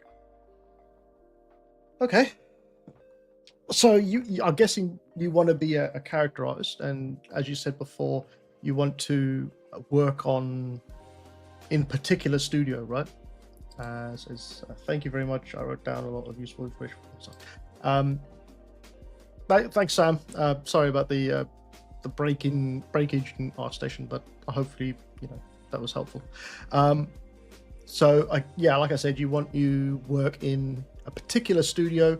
If you have a particular studio in mind, then it's easier to tailor your work towards that, right? So at the moment, you got quite. Like it says, no, I'm working single. Okay. At the moment, you got quite a lot of work here, which is always a good thing. I like the way that you've put the more environment stuff at the bottom, or hard surface environment, gadgets and weapons, I guess, vehicles at the bottom. If this is like the first page I see, right, and it's on the all page, I probably wouldn't want to see these ones at the bottom in here, because at first glance you got some good stuff, like you got some good character work. I don't know why you got a block of cheese in here. Maybe that could also be moved into a separate section in your portfolio. So in here you might want to put what is it, miscellaneous or work in progress stuff, or not even work in progress, more like personal work. Let's say personal work, and put it in there, because what you're trying to show off is that you want to be a character artist, and having items, stuff like items in here, although they're nice to look at, it's not going to get you closer to being a character artist. Helmet's good. It's a good looking helmet. Now all you need is a person to put the helmet on. That's a lot of UVs, by the way, for a helmet. You could probably shrink that into 2, maybe. But yeah, I mean, it shows that you can UV map, which is good. Okay, let's have a look at the characters. So the first thing that actually caught my eye were these ones down here, Rise Online. And I'm wondering why they're down here and not up here, especially if they are actual company sort of pieces of work, so things that you've done for an actual studio. Anything like that should be at the top.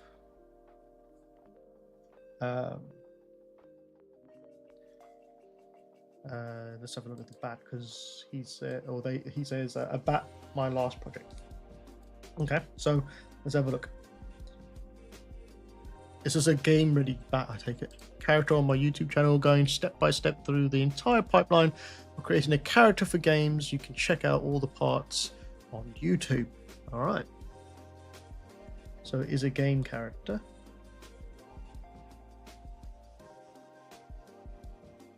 That's cool. It's a cool looking character. It's a nice idea, actually, how the wings are sort of like cloth, I guess. Like this cloth that's over the wings. It's a really nice touch. Oh, nice concept that goes with it. From Teo. Okay. Got some breakdowns. Did you build the scene yourself as well? Bloody hell. That's good. That's good. If if you built that, it's pretty good. Got some Unreal Engine stuff going, which is always good for studios to see. Sculpting. Are you using Blender? I think we found the first issue. Now, don't get me wrong. Blender is an amazing program for those that find it difficult to buy the actual Maya. But Blender, although it is more common to use Blender in game design, if you're going for film, you're not going to be using Blender. So if you're wanting a job in film, don't go for Blender. If you're going for game, there might be studios out there, especially little indie studios, that use Blender. So you're probably all right. But if you're going for AAA title companies, you're going to need to learn Maya, because that's the more what's it called? Not popular, but it's the one that's used the most in the industry. I guess you could say popular. But yeah, Maya is the standard for 3D programs. Until they change their mind and start using Blender more, then yeah, I would try to start to use Maya in your pipeline, or maybe just even watch tutorials on how to use Maya in case because you got skills in 3D, which is great.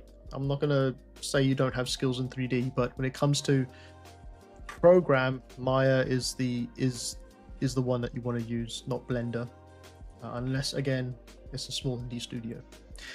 But it's a cool character. I love the concept work from Teo. It's really quite a cool looking design. You have brought, made it look like it, so it's good. It shows that you can take a concept from an image to a 3D model and make it look like the concept. So that's good. That's a good skill to have. If I was you, I would maybe put the two together side by side, so the concept and the 3D model side by side, so that the person who's looking at this can say, oh yeah, okay, that's the concept for that, and then the skills used to create it there. Cool. Let's have a look at others ones. Yeah, I'm really intrigued about these Rise ones real quick. Got one here from Obrad Atilija. Oh, I'm so sorry if I got your name wrong. Man, sadly I can't join Discord to provide my portfolio for review. Oh, I did put it in the chat earlier. I'll get another link. I'll put it in the chat. Try that one. See if that works. Got one here from Celestial saying, hi there. Is 3D Max okay for games? Some games. Then again, when I was doing things with 3ds Max, that was back in 2016, and it was kind of this battle between Maya and 3ds Max at the time, even though I think they were owned by the same company, Autodesk. They are kind of battling each other out, and unfortunately, or fortunately for me, but unfortunately for people who learn 3ds Max, Maya won that battle, and I guess 3ds Max is not really used much more in studios, unless they are die-hard studios that use 3ds Max. You can still use 3ds Max.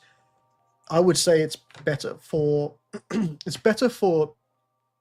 hard surface stuff, because 3ds Max was, I think, don't quote me on this, but from what I've heard, it was more for engineering works and sort of architectural stuff, right? 3ds Max, and then they started using it for other things like games and film. But it was never really meant, I believe it was never really meant for that sort of stuff like games and films. It was more meant for architectural and engineering construction stuff. But you can use it if you want, because it's closer to, well, it's not closer in terms of using it, but it's still within the realm of like Maya. It's still used in the industry, but not a lot of studios use it because they kind of migrated towards Maya.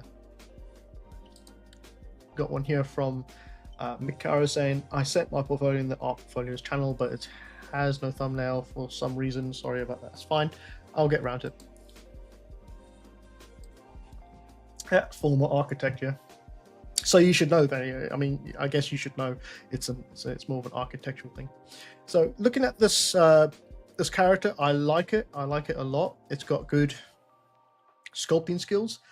It's got an array of sculpting skills, actually. It's got character, it's got hard surface, and it's also got clothing, which is really good. And the actual shapes of it is a nice sort of rhythm with the shapes. It's more, say rhythm, it's more of a visual language with the shapes, which is really cool. But I guess it was just the high-res model you made, I take it. Yeah, I think it might be just being the high poly model, which is good, but it would be nice to see it fully recognized, obviously, but I guess, you know, you can't always have a fully recognized character if you just did the high poly modeling. But this is one of those ones that should be at the top. It shouldn't be at the bottom here. I would put the bat, these four here, this one here, the archer bandit. This one looks intriguing. Okay, so more of a stylized character. That's pretty cool. I like it. Yeah, you can also add that at the top. Get rid of the bag. Get rid of the hyper. What's this? Heat boost technology. What is this? Is this a vape or something? I don't know. It might be a vape. Yeah, I would put this bag, this vape, or if it's a vape, the cheese. This little guy, he's cool, but he's not really a great piece to put at the top, let's say. This is quite nice. Lion and lioness. Are these from some sort of advertisement, I take it? Yeah, marketing advertisement. That's cool. Yeah, keep that at the top because at least it shows that you've done stuff for the industry that you're trying to work for. Again, all these pieces at the bottom here, you can probably put these in a different project folder. What's this? Two towers. Is this another? What is this?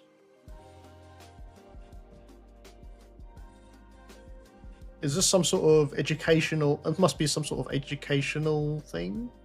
I'd take it, like a history educational thing, maybe for the internet. Yeah, it's okay. It's not amazing. I will put that also with the rest of the environment stuff because we're only looking for the really good stuff. So the lion, the bat, the goblin, these four pieces from Rise, this archer, which I guess is a personal project. Yeah, I'd put that as at the top as well. And anything else, just move that into a separate folder. I hope that helped, Matt. I've got some others to get through, so I'm just going to leave that there for now. But you're on the right track. Just need to rearrange things a bit in your portfolio. Okay. Oh, got one here from Monster Hunter. 3ds Max has some decent features for hard surface modeling, but the UV features are ASS or AS, which is, depending on your workflow, a pretty big part of what you'd be using the software for in characters. That's very true. And depending on your pipeline and sort of workflow in the studio, you know, it's just, yeah, I would just stick to what's industry standard, which is Maya. If you learn Maya, you cannot go wrong. Until they bring Blender into the studios properly, Maya is that's all you need to know is Maya. Yeah. Okay, let's have a look if there's any more portfolios. There's probably loads of portfolios. I might not be able to get to all of them, but I will try.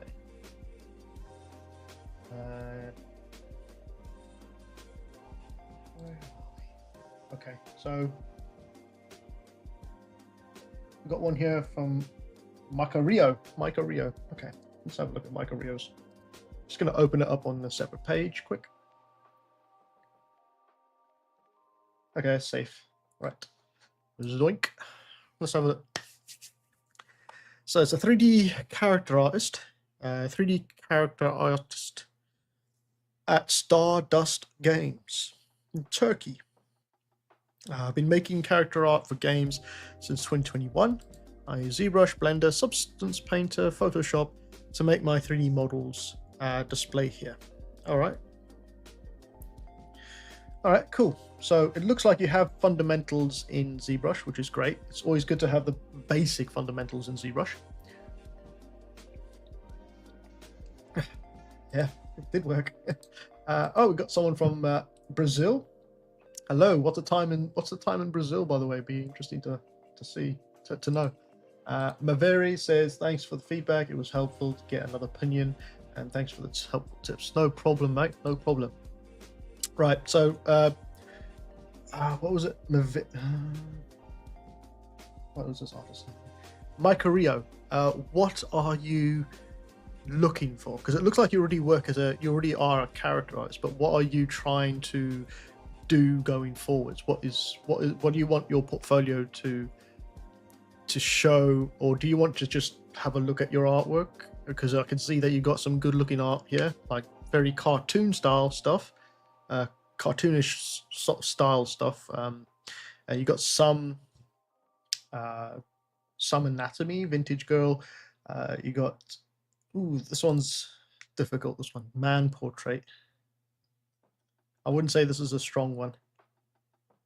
As a sculpt, not so strong. And the finish of it as well. It looks plasticky. That's what I want to say. It looks plastic. It's not a dig at you at all. It just looks a little bit plasticky. It looks a little bit unfinished. I don't know when this was made, but yeah, I would maybe, if you have time, go back and update that one, because next to it you actually have a very nice looking portrait here. I can see you try to do some blending inside of Photoshop on the hairline, which is a good try. But the actual sculpt itself is a little bit stronger. There's obviously some room for improvement when it comes to facial sculpting, but I'm not going to hold that against you. And as we get to this one actually caught my eye more, the vintage girl one. I quite like the look of this one. It says ZBrush sculpt based on a real life photo. Just gonna zoom in quick and see. Yeah, because I can see there's maybe some difficulty moving from cartoon to realistic, which is kind of strange, because normally, like, people who do very stylized cartoon style stuff find it easier to move towards realistic, because when you're doing those very exaggerated styles with stylized characters, you get an idea of how to shape things in the basic forms first, and then what normally happens is they can migrate to realism easier than if a person from realism tries to migrate to stylized. What I mean by that is, we have a look at this guy. I'm just going to scroll down till I see the sculpt. So you can see how stylized he is. It's very, what they call those things where you get someone to draw you, you know, on a, it's cartoon, but it's an exaggerated version of you on the cartoon. Can't remember what it's called, but yeah. So you can see where he's got the face plane, the planes of the face, and the details. Caricature, that's the thing. Thank you, Master Splinter. Caricature. Thank you, Micah Rio. Caricature. He also says, I don't know for sure. I've worked for mobile games my whole life. I applied for PC and consoles here and there, but no answers. Wanted to know how I can improve. Okay, well, there is a lot of studios still that do the stylized stuff. So, I mean, if you could find a studio, a AAA studio that does stylized characters, then you've already got a base of work that is stylized.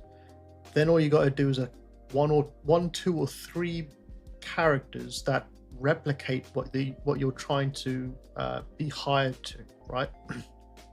I'd say for that would be a better method of getting into a AAA studio than it would to say go from stylized and then start doing film stuff, because that's a whole different approach to sculpting, from stylized to that. But you probably pick it up pretty quickly, actually.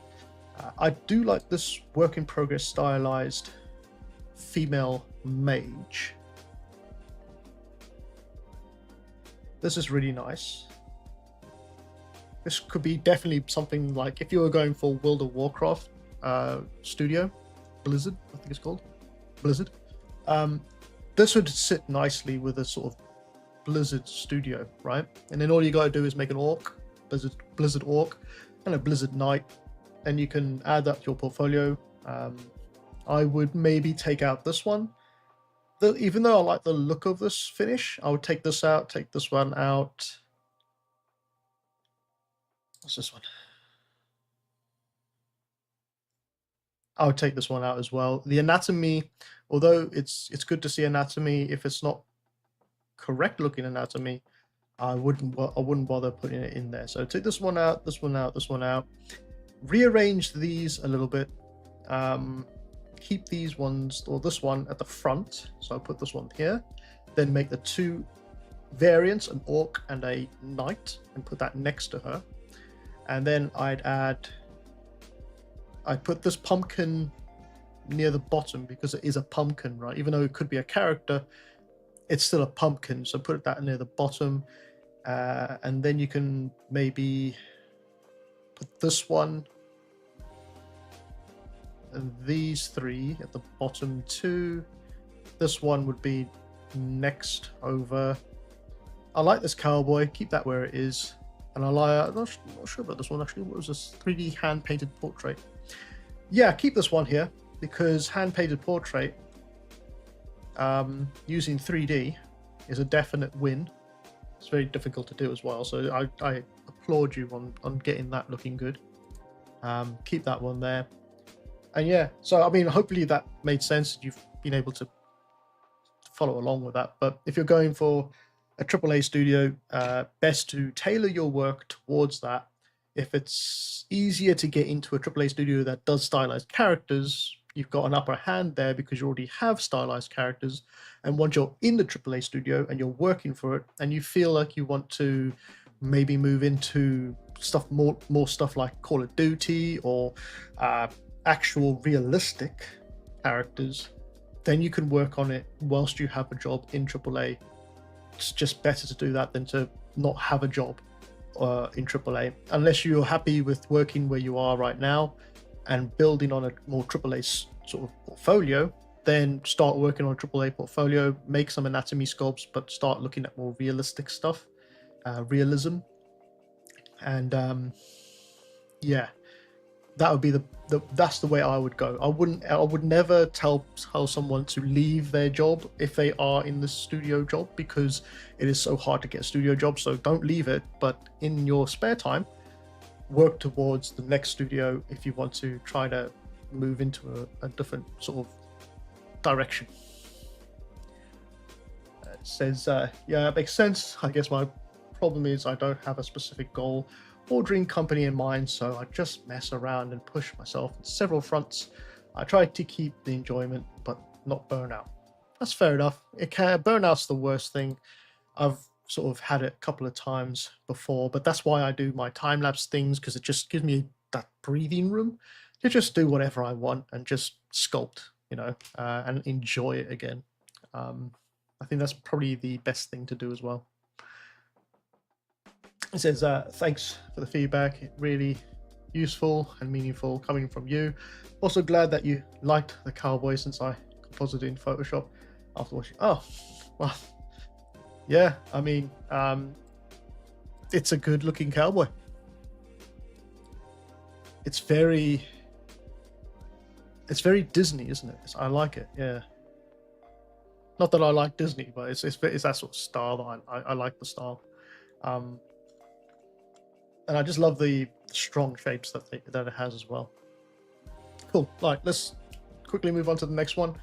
I know the time's getting on. Oh, you recorded it. Great. That's brilliant. Okay. Let's check the portfolios quick. I have one here from Moritz Hartman, if you're in the chat. I'm just going to open it up and see if there's any nudity. Hopefully there isn't, because YouTube will probably drop me like a rock. Okay, it's quite a simple one. All right, so this is a little bit simpler than the other ones because there's not a lot in here. Oh, so you're Monster Hunter, right? See, people changing their names everywhere. So you got Monster Hunter on here, and you got Mortis in your portfolio. It's just difficult to find out who's who on this thing. Anyway, it's a little bit simpler. That's okay. Let's just have a look at your bio quick. my name is Moritz Hartmann. I'm a German 3D creature character artist. I'm currently enrolled in the game art program at SAE Institute. Is that like a university, I take it? Oh, I've got a question here from Macario saying, you ever had a dream job or a company? What's your take on it? Yes, I did have a dream job. I wanted to work at Pixar, but I never got around to working at Pixar. I guess, moving to America and starting afresh in America and trying to adapt to it. It was a dream job that I had when I was at university, at college, and stuff like that. And actually, that's what pushed me forward into 3D as well, as to watching the Pixar films when I was young and growing up. I really wanted to work at Pixar, but I didn't. So my next dream job, which I actually had, was working at DNEG, which is Double Negative in London, film studio.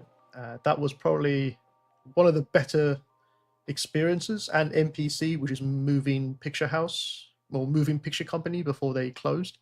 That was the first time that I actually worked on major motion pictures, which those are the dream jobs. The film studios, film sectors, the dream jobs. Game studios are great. They're great fun. There's a lot more responsibility, but you can kind of own the work more. In film, you're kind of, split between different sort of genres in the build section and stuff like that. But yeah, film was my dream job. What's my take on it as well? The moment, not great. This sort of environment and in the industry is not great. There's a lot of layoffs, unfortunately. It'll bounce back eventually, hopefully, fingers crossed. But if you can find a studio job and keep the studio job, then I'd highly recommend that you do. If you are in a studio and you want to move on and you're thinking that, I'll just resign and then find a job, don't. Never resign. Look for a job whilst you're working, because it's very hectic out there at the moment, and it's not looking great right now. It's not in its heyday anymore. It's kind of, knuckle down and work. This is the period where you knuckle down and you work and you try to keep your job. But yeah. So anyway, less doom and gloom. Let me just change this music real quick. Right, let's have a look at this portfolio. So, I take it you want to be a character or creature artist, and you have a disc grinder. I mean, it's nice to have these things in here, especially if you're still sort of working towards building a portfolio, and anything that you make, you want to put in your portfolio. I understand that. I did it, or I still do it now. I just throw everything into my portfolio. But if you want to be a character artist or creature artist, you don't really need to have a grind, like a hard surface or environments or grind or objects, unless it's an object that goes with a character in here. But keep it in here for now, because you are still building your portfolio, so keep it in for now. You haven't got many pieces in here, so it's all about learning. So let's move on to the next one, which is a Ledra creature design done for my second semester sculpting module at SAE Munich. I mean, it's definitely freaky.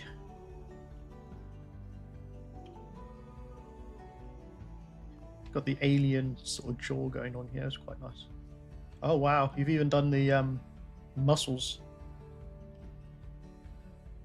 That's quite nice, actually. That's actually quite nice to have in your portfolio, is a kind of understanding on how muscles work, and then adapting it so that it fits a made-up creature, right?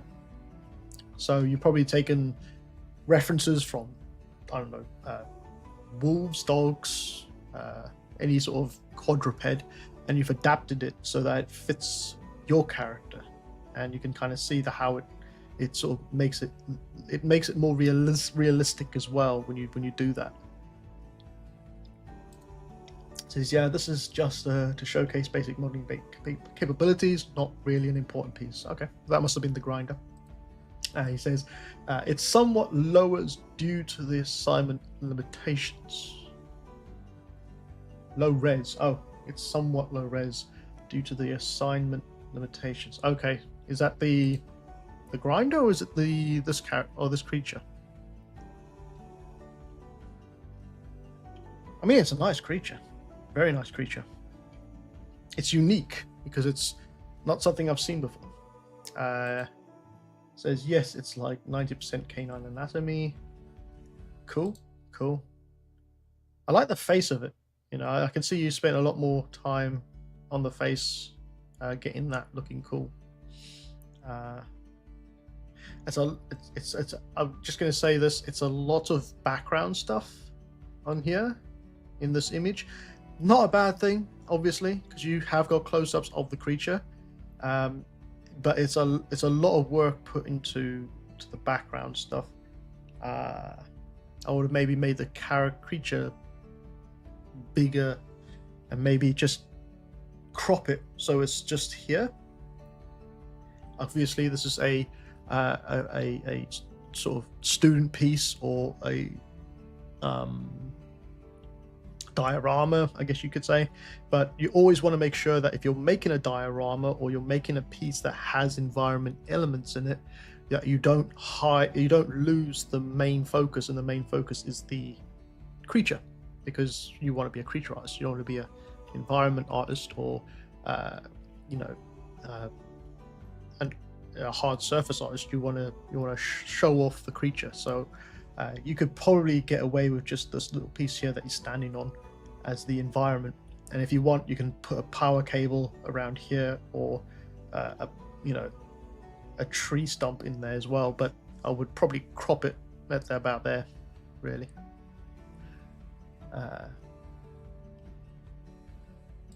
Obrand says, this looks amazing. Yeah, it does.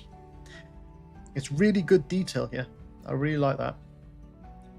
It's a bit smooth on the skin, but I'm gonna let that go for now because it's one of those things that you'll pick up, adding porous details, wrinkles, secondary wrinkles, fatty tissue, fatty deposits and stuff like that. You'll learn all that as you go further on, so that's pretty cool.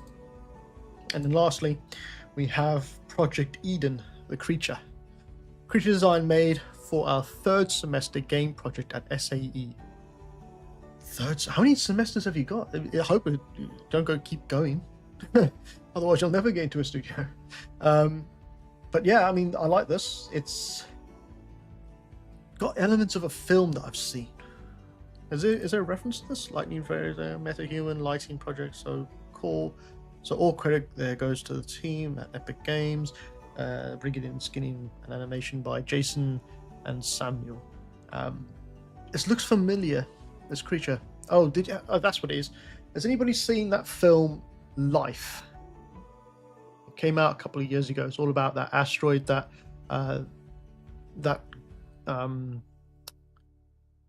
scientists in space were working on, and then there's this little creature that comes out of it, and it starts to grow and grow and grow.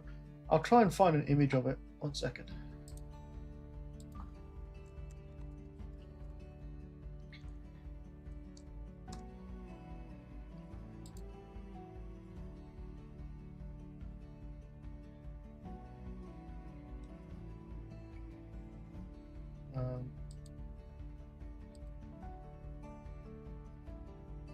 One second, guys. Try to find a good image. What if it's on ArtStation? Someone's made one on ArtStation.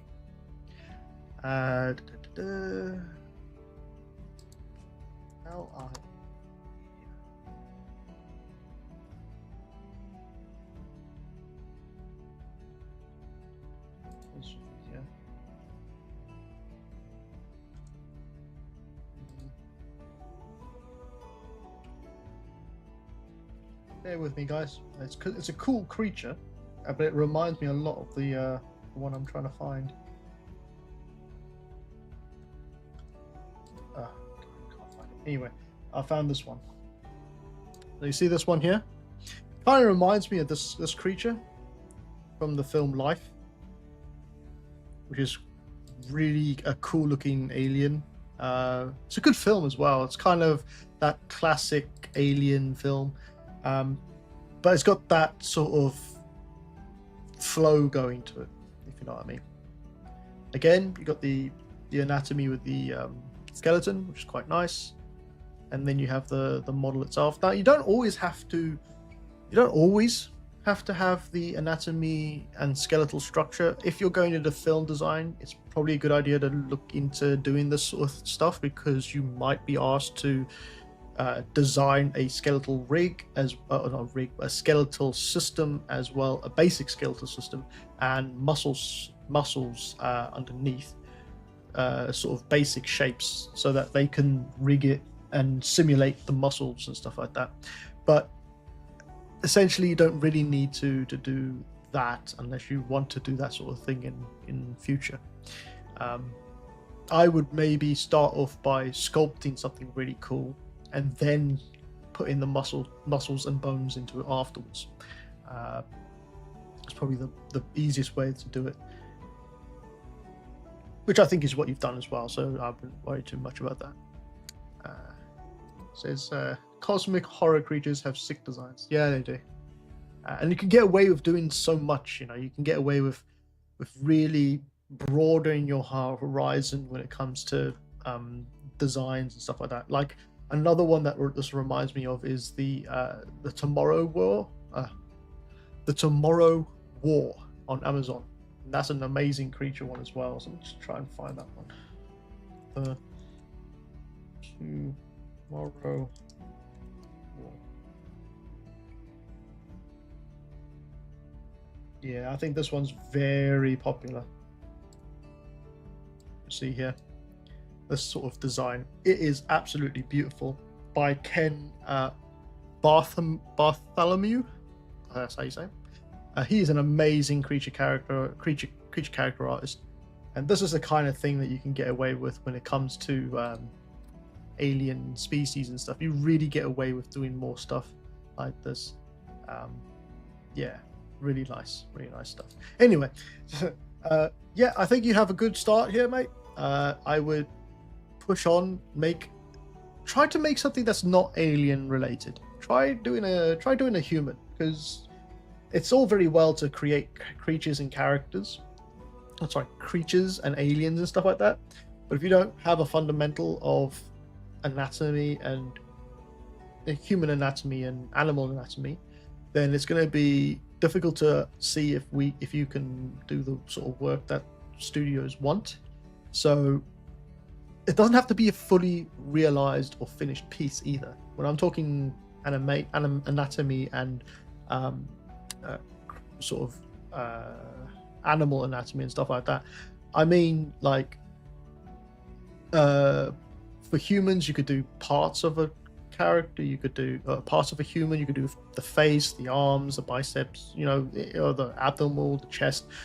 You could do parts and pieces and parts and add them into a different side of a portfolio that's like work in progress or anatomy studies, anything like that. Just we need a little bit more of a variety. That'll come in time as well. It says, all right, nice, thanks for the feedback. Human anatomy is exactly what I'm working on right now. Brilliant. Okay, well then, hopefully you can come back and show us the next stage of your portfolio, and we can have a look and see what it's like. Cool. All right, let's see. Oh, I'm just going to have a look at this portfolios again once more. Refresh the page real quick. Oh, we got one again. Obrad. All right, I'm going to call this one the last one because it's now going on to 2 hours. Let's have a look at your one. Okay, trying to see if there's any nudity. No. Okay. Or not that I can see. Anyway. Right. Let's have a look. Oh, bloody thing. Says, hey, I'm a 3D artist focused on characters and creatures. 3D character a 3D creature artist at Devoted Studios in Switzerland, I think. Is that? Yeah. All right. Well, I mean, you're is that a demon sanguineous? Huh, that's pretty cool. I think I saw this one. All right. Well, you got some good stuff. You got some. It's nice and simple. I mean, I know I keep saying that, and I know I'm a bit of a hypocrite because I have a portfolio that's just full of bloody things that I've sculpted and added. So I do like to see a very clean portfolio as well, and this is very clean, which is good. You got some good variety of characters and creatures. What is this? Corrupt hive ghost. When you gaze long into the abyss also gazes at you. I'm not sure what ghost. I'm not sure what this is. Is this a? Okay. I'm not sure if that's a strong piece to put in your portfolio. Oh, okay. It says, yeah, I need to remove this one's old. Yeah. Yeah, just remove it then. I actually was drawn to this one more because I think I actually like this one. No, I used it as a reference, but I will like it as well. I like the design. It's not mainstream, you know. It's unique. It's very cool.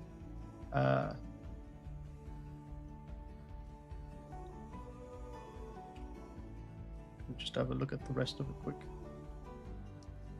Yeah. See, hair and fur is a very difficult thing to get right, because the way the hair sits on creatures, there's a lot of different layers to fur and hair as well. I mean, sometimes if you get it wrong, it'll just look like a big fluffy cloud, and it wouldn't have any character to the hair. You got to think of hair and fur as having its own unique character, like it is a character when it comes to putting it on creatures. But you've done a pretty good job here.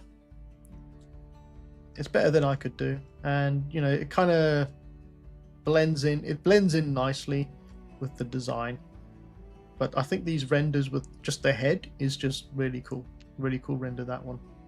You could sort of put that as a poster if you were, you know, inclined to have demon dogs on your wall. You could put that as a poster on your wall. But yeah, really cool concept. We got some actual work, I guess, from a studio, Sordain Publishing. Is this a model? Yeah, it's a printable model, I believe, or is it a toy? Okay.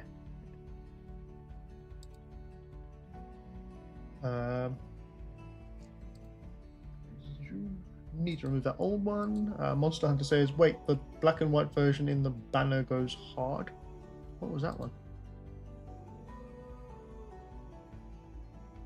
Black and white banner goes hard. Was it this one?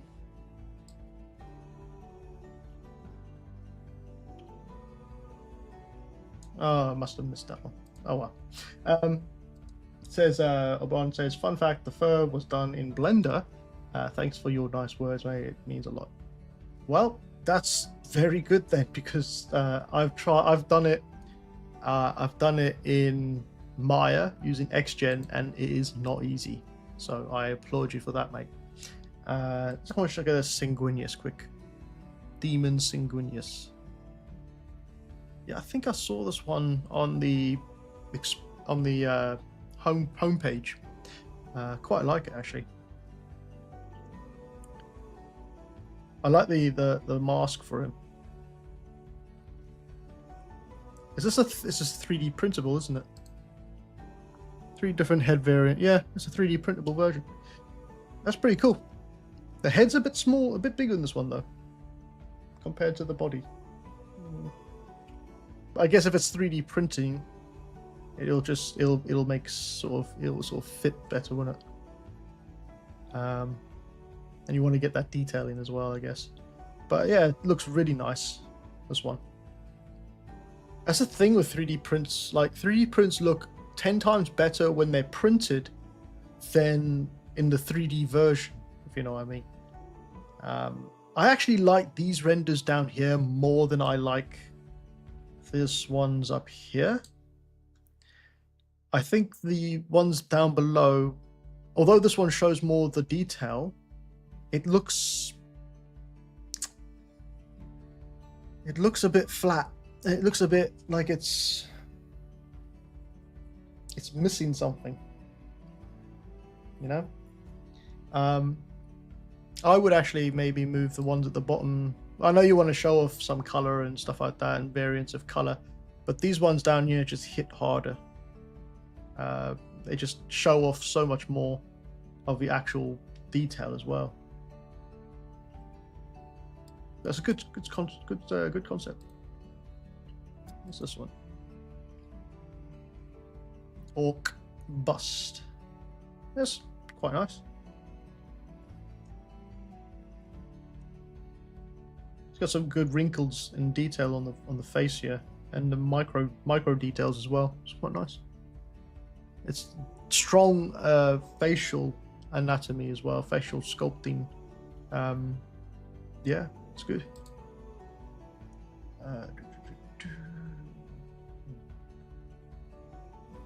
Oh, okay. The client wanted the head slightly bigger for the tabletop reasons. Yeah, makes sense. Makes sense. Oh, we actually got one here that the render of it. No, this is nice. Yeah, the fur on here actually makes it look a lot better. The what do you call this? A neck brace, I guess. A little bit weak on the detailing, maybe. It's not as strong as the face and the fur detail. But as an overall image, or overall model, it's very nice. I like the eyes. The eyes actually make it look a lot better, and just adding some color to it actually works really nicely. It's good. What's this one? Yeah, love some insectoid stuff. Exomorph concept. Not sure about these hands. These are a little bit spindly, a little bit small, you know. I would maybe thicken those little ones up a bit more, unless it's just the angle of the render that we're looking at. But the shapes look good, and the sort of scaling is quite nice as well.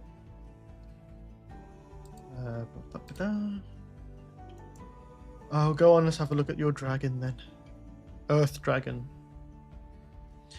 I do like some dragon stuff. That's a nice render. That's nice. See, I would prefer seeing this render at the top,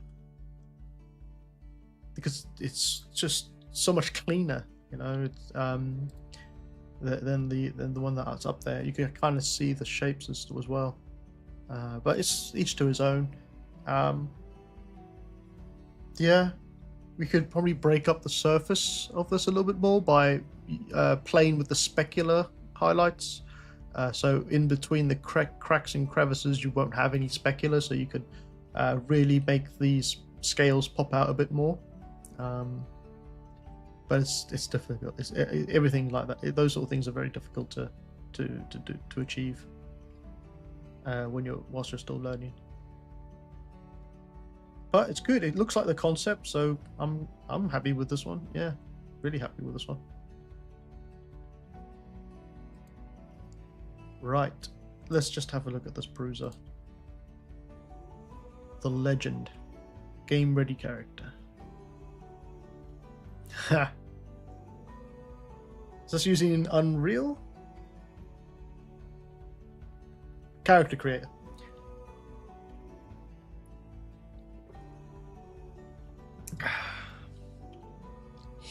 Yeah, it's good. Oh wow, full on body and motions as well. I take it. Yeah, iClone and CC4. Yeah. I take it it's supposed to be kind of stylistic realism, like in that sort of realm. I wonder what it looks like a T-pose. Have you got a T-pose in here? I just want to see your anatomy sculpting quick. Haven't got a T-pose in here. I'd like to see them sort of just as a not a T-pose, as an A pose and maybe a T-pose, but an A pose definitely. Front, back, and side, so I can really see the sculpting abilities when I'm looking at a character, because having it sort of posed sort of knocks your eyes away from maybe having some imperfections in there that you're trying to hide, or people try to hide. So it's good to see the thing in a neutral pose, so you can really get an idea of what's of the model. But taking it all the way to fully character creator and creation, it's really good. And testing out the eye clone with this one, it looks really good. It's good to have those skills as well, especially if you want to go into a game studio. So because they're becoming more and more popular to use in game studios. Right, I think that's it, guys. All right, well, we didn't really get round to doing much with this guy. I really want to get this thing done. I really want to sculpt this some more. Maybe I'll do it in my spare time as something to chill out to, and then I'll show you the results the next time I bring it in. But yeah, that is it for tonight, guys. I just want to make sure I haven't missed out anyone else's portfolios. Gone through quite a few today. Nope. Okay, I think I'm going to leave it there. Right. Let's pop me back in. Right. I hope everybody's had some good information. Seen some really cool portfolios. I really like looking at them. I like looking at other people's work and sort of helping them to tailor their portfolios, maybe, or to guide them in the right direction. You're on here for saying thank you for the review. This was very constructive. I took some notes out. Great. And I think I'm going to leave it there. I just want to share. I'm going to turn off. Right, let's go. So, as I mentioned before, I have got a new tutorial. It's the Substance Painter for Beginners tutorial, taking you through how to use Substance Painter from the very beginning, even have a little bit of history in there so you guys can get an idea for what it is and that sort of thing. The model comes with it, so you'll be able to follow along precisely with it as well.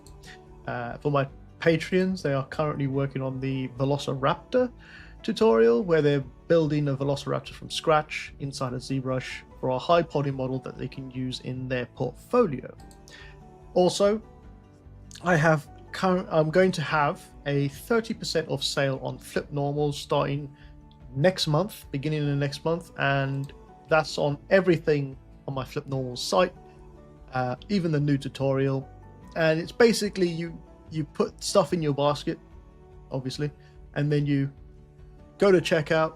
It'll be knocked off automatically at checkout, so you'll get 30% off of everything in your basket. And finally, just turn these banners off real quick. Comments, and turn that off.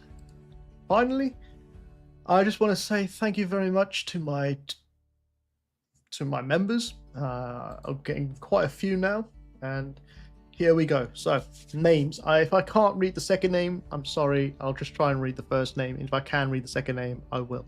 So, for new ones, we have new members. We got Dylan, Ricardo, Ember Hand Studios, Shira Phoenix, DEV or Dev, VS or V SWAT, Talent, MHN Artist, and a new Japanese member who I cannot name, unfortunately, but we're going to call you Japanese member number 2. I think we're just going to have to call them these from now on. We've got in the first month, or 1 monthers, we have Abishk,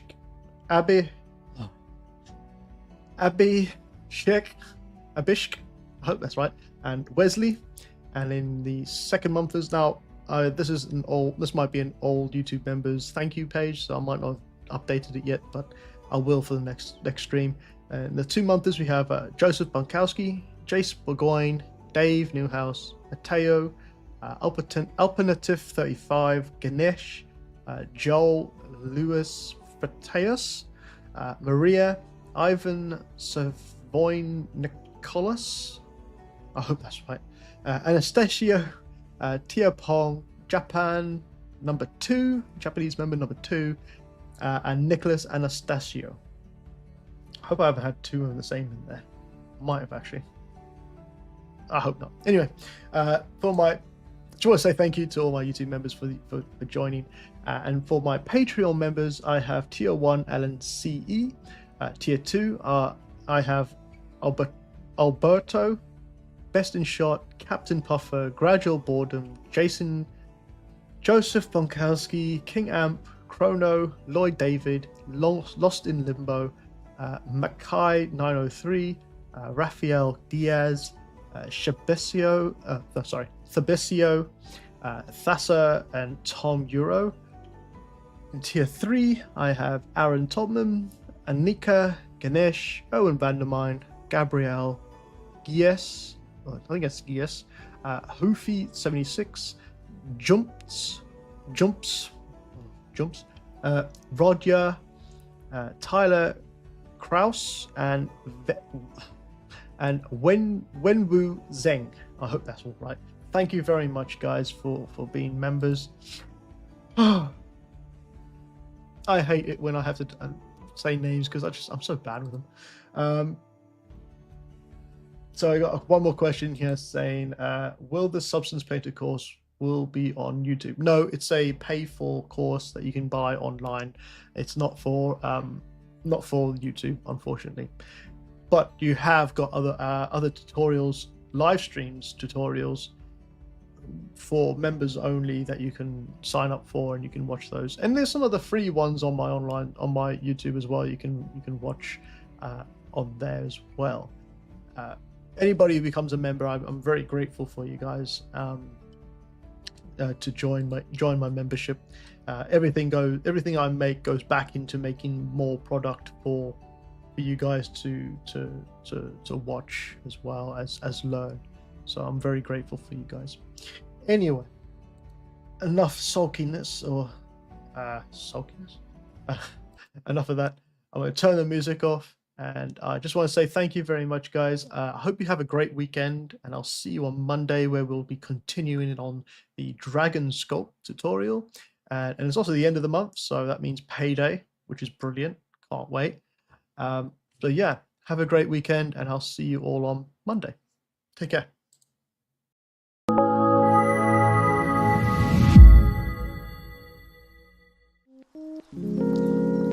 Thanks for watching. If you're interested in more exclusive content and want to support my work further, then please check out my Patreon page at MLW_creative for more.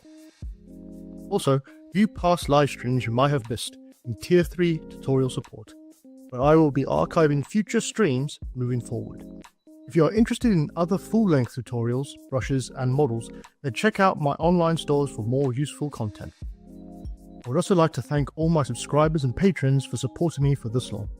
Again, thanks for watching and stay safe.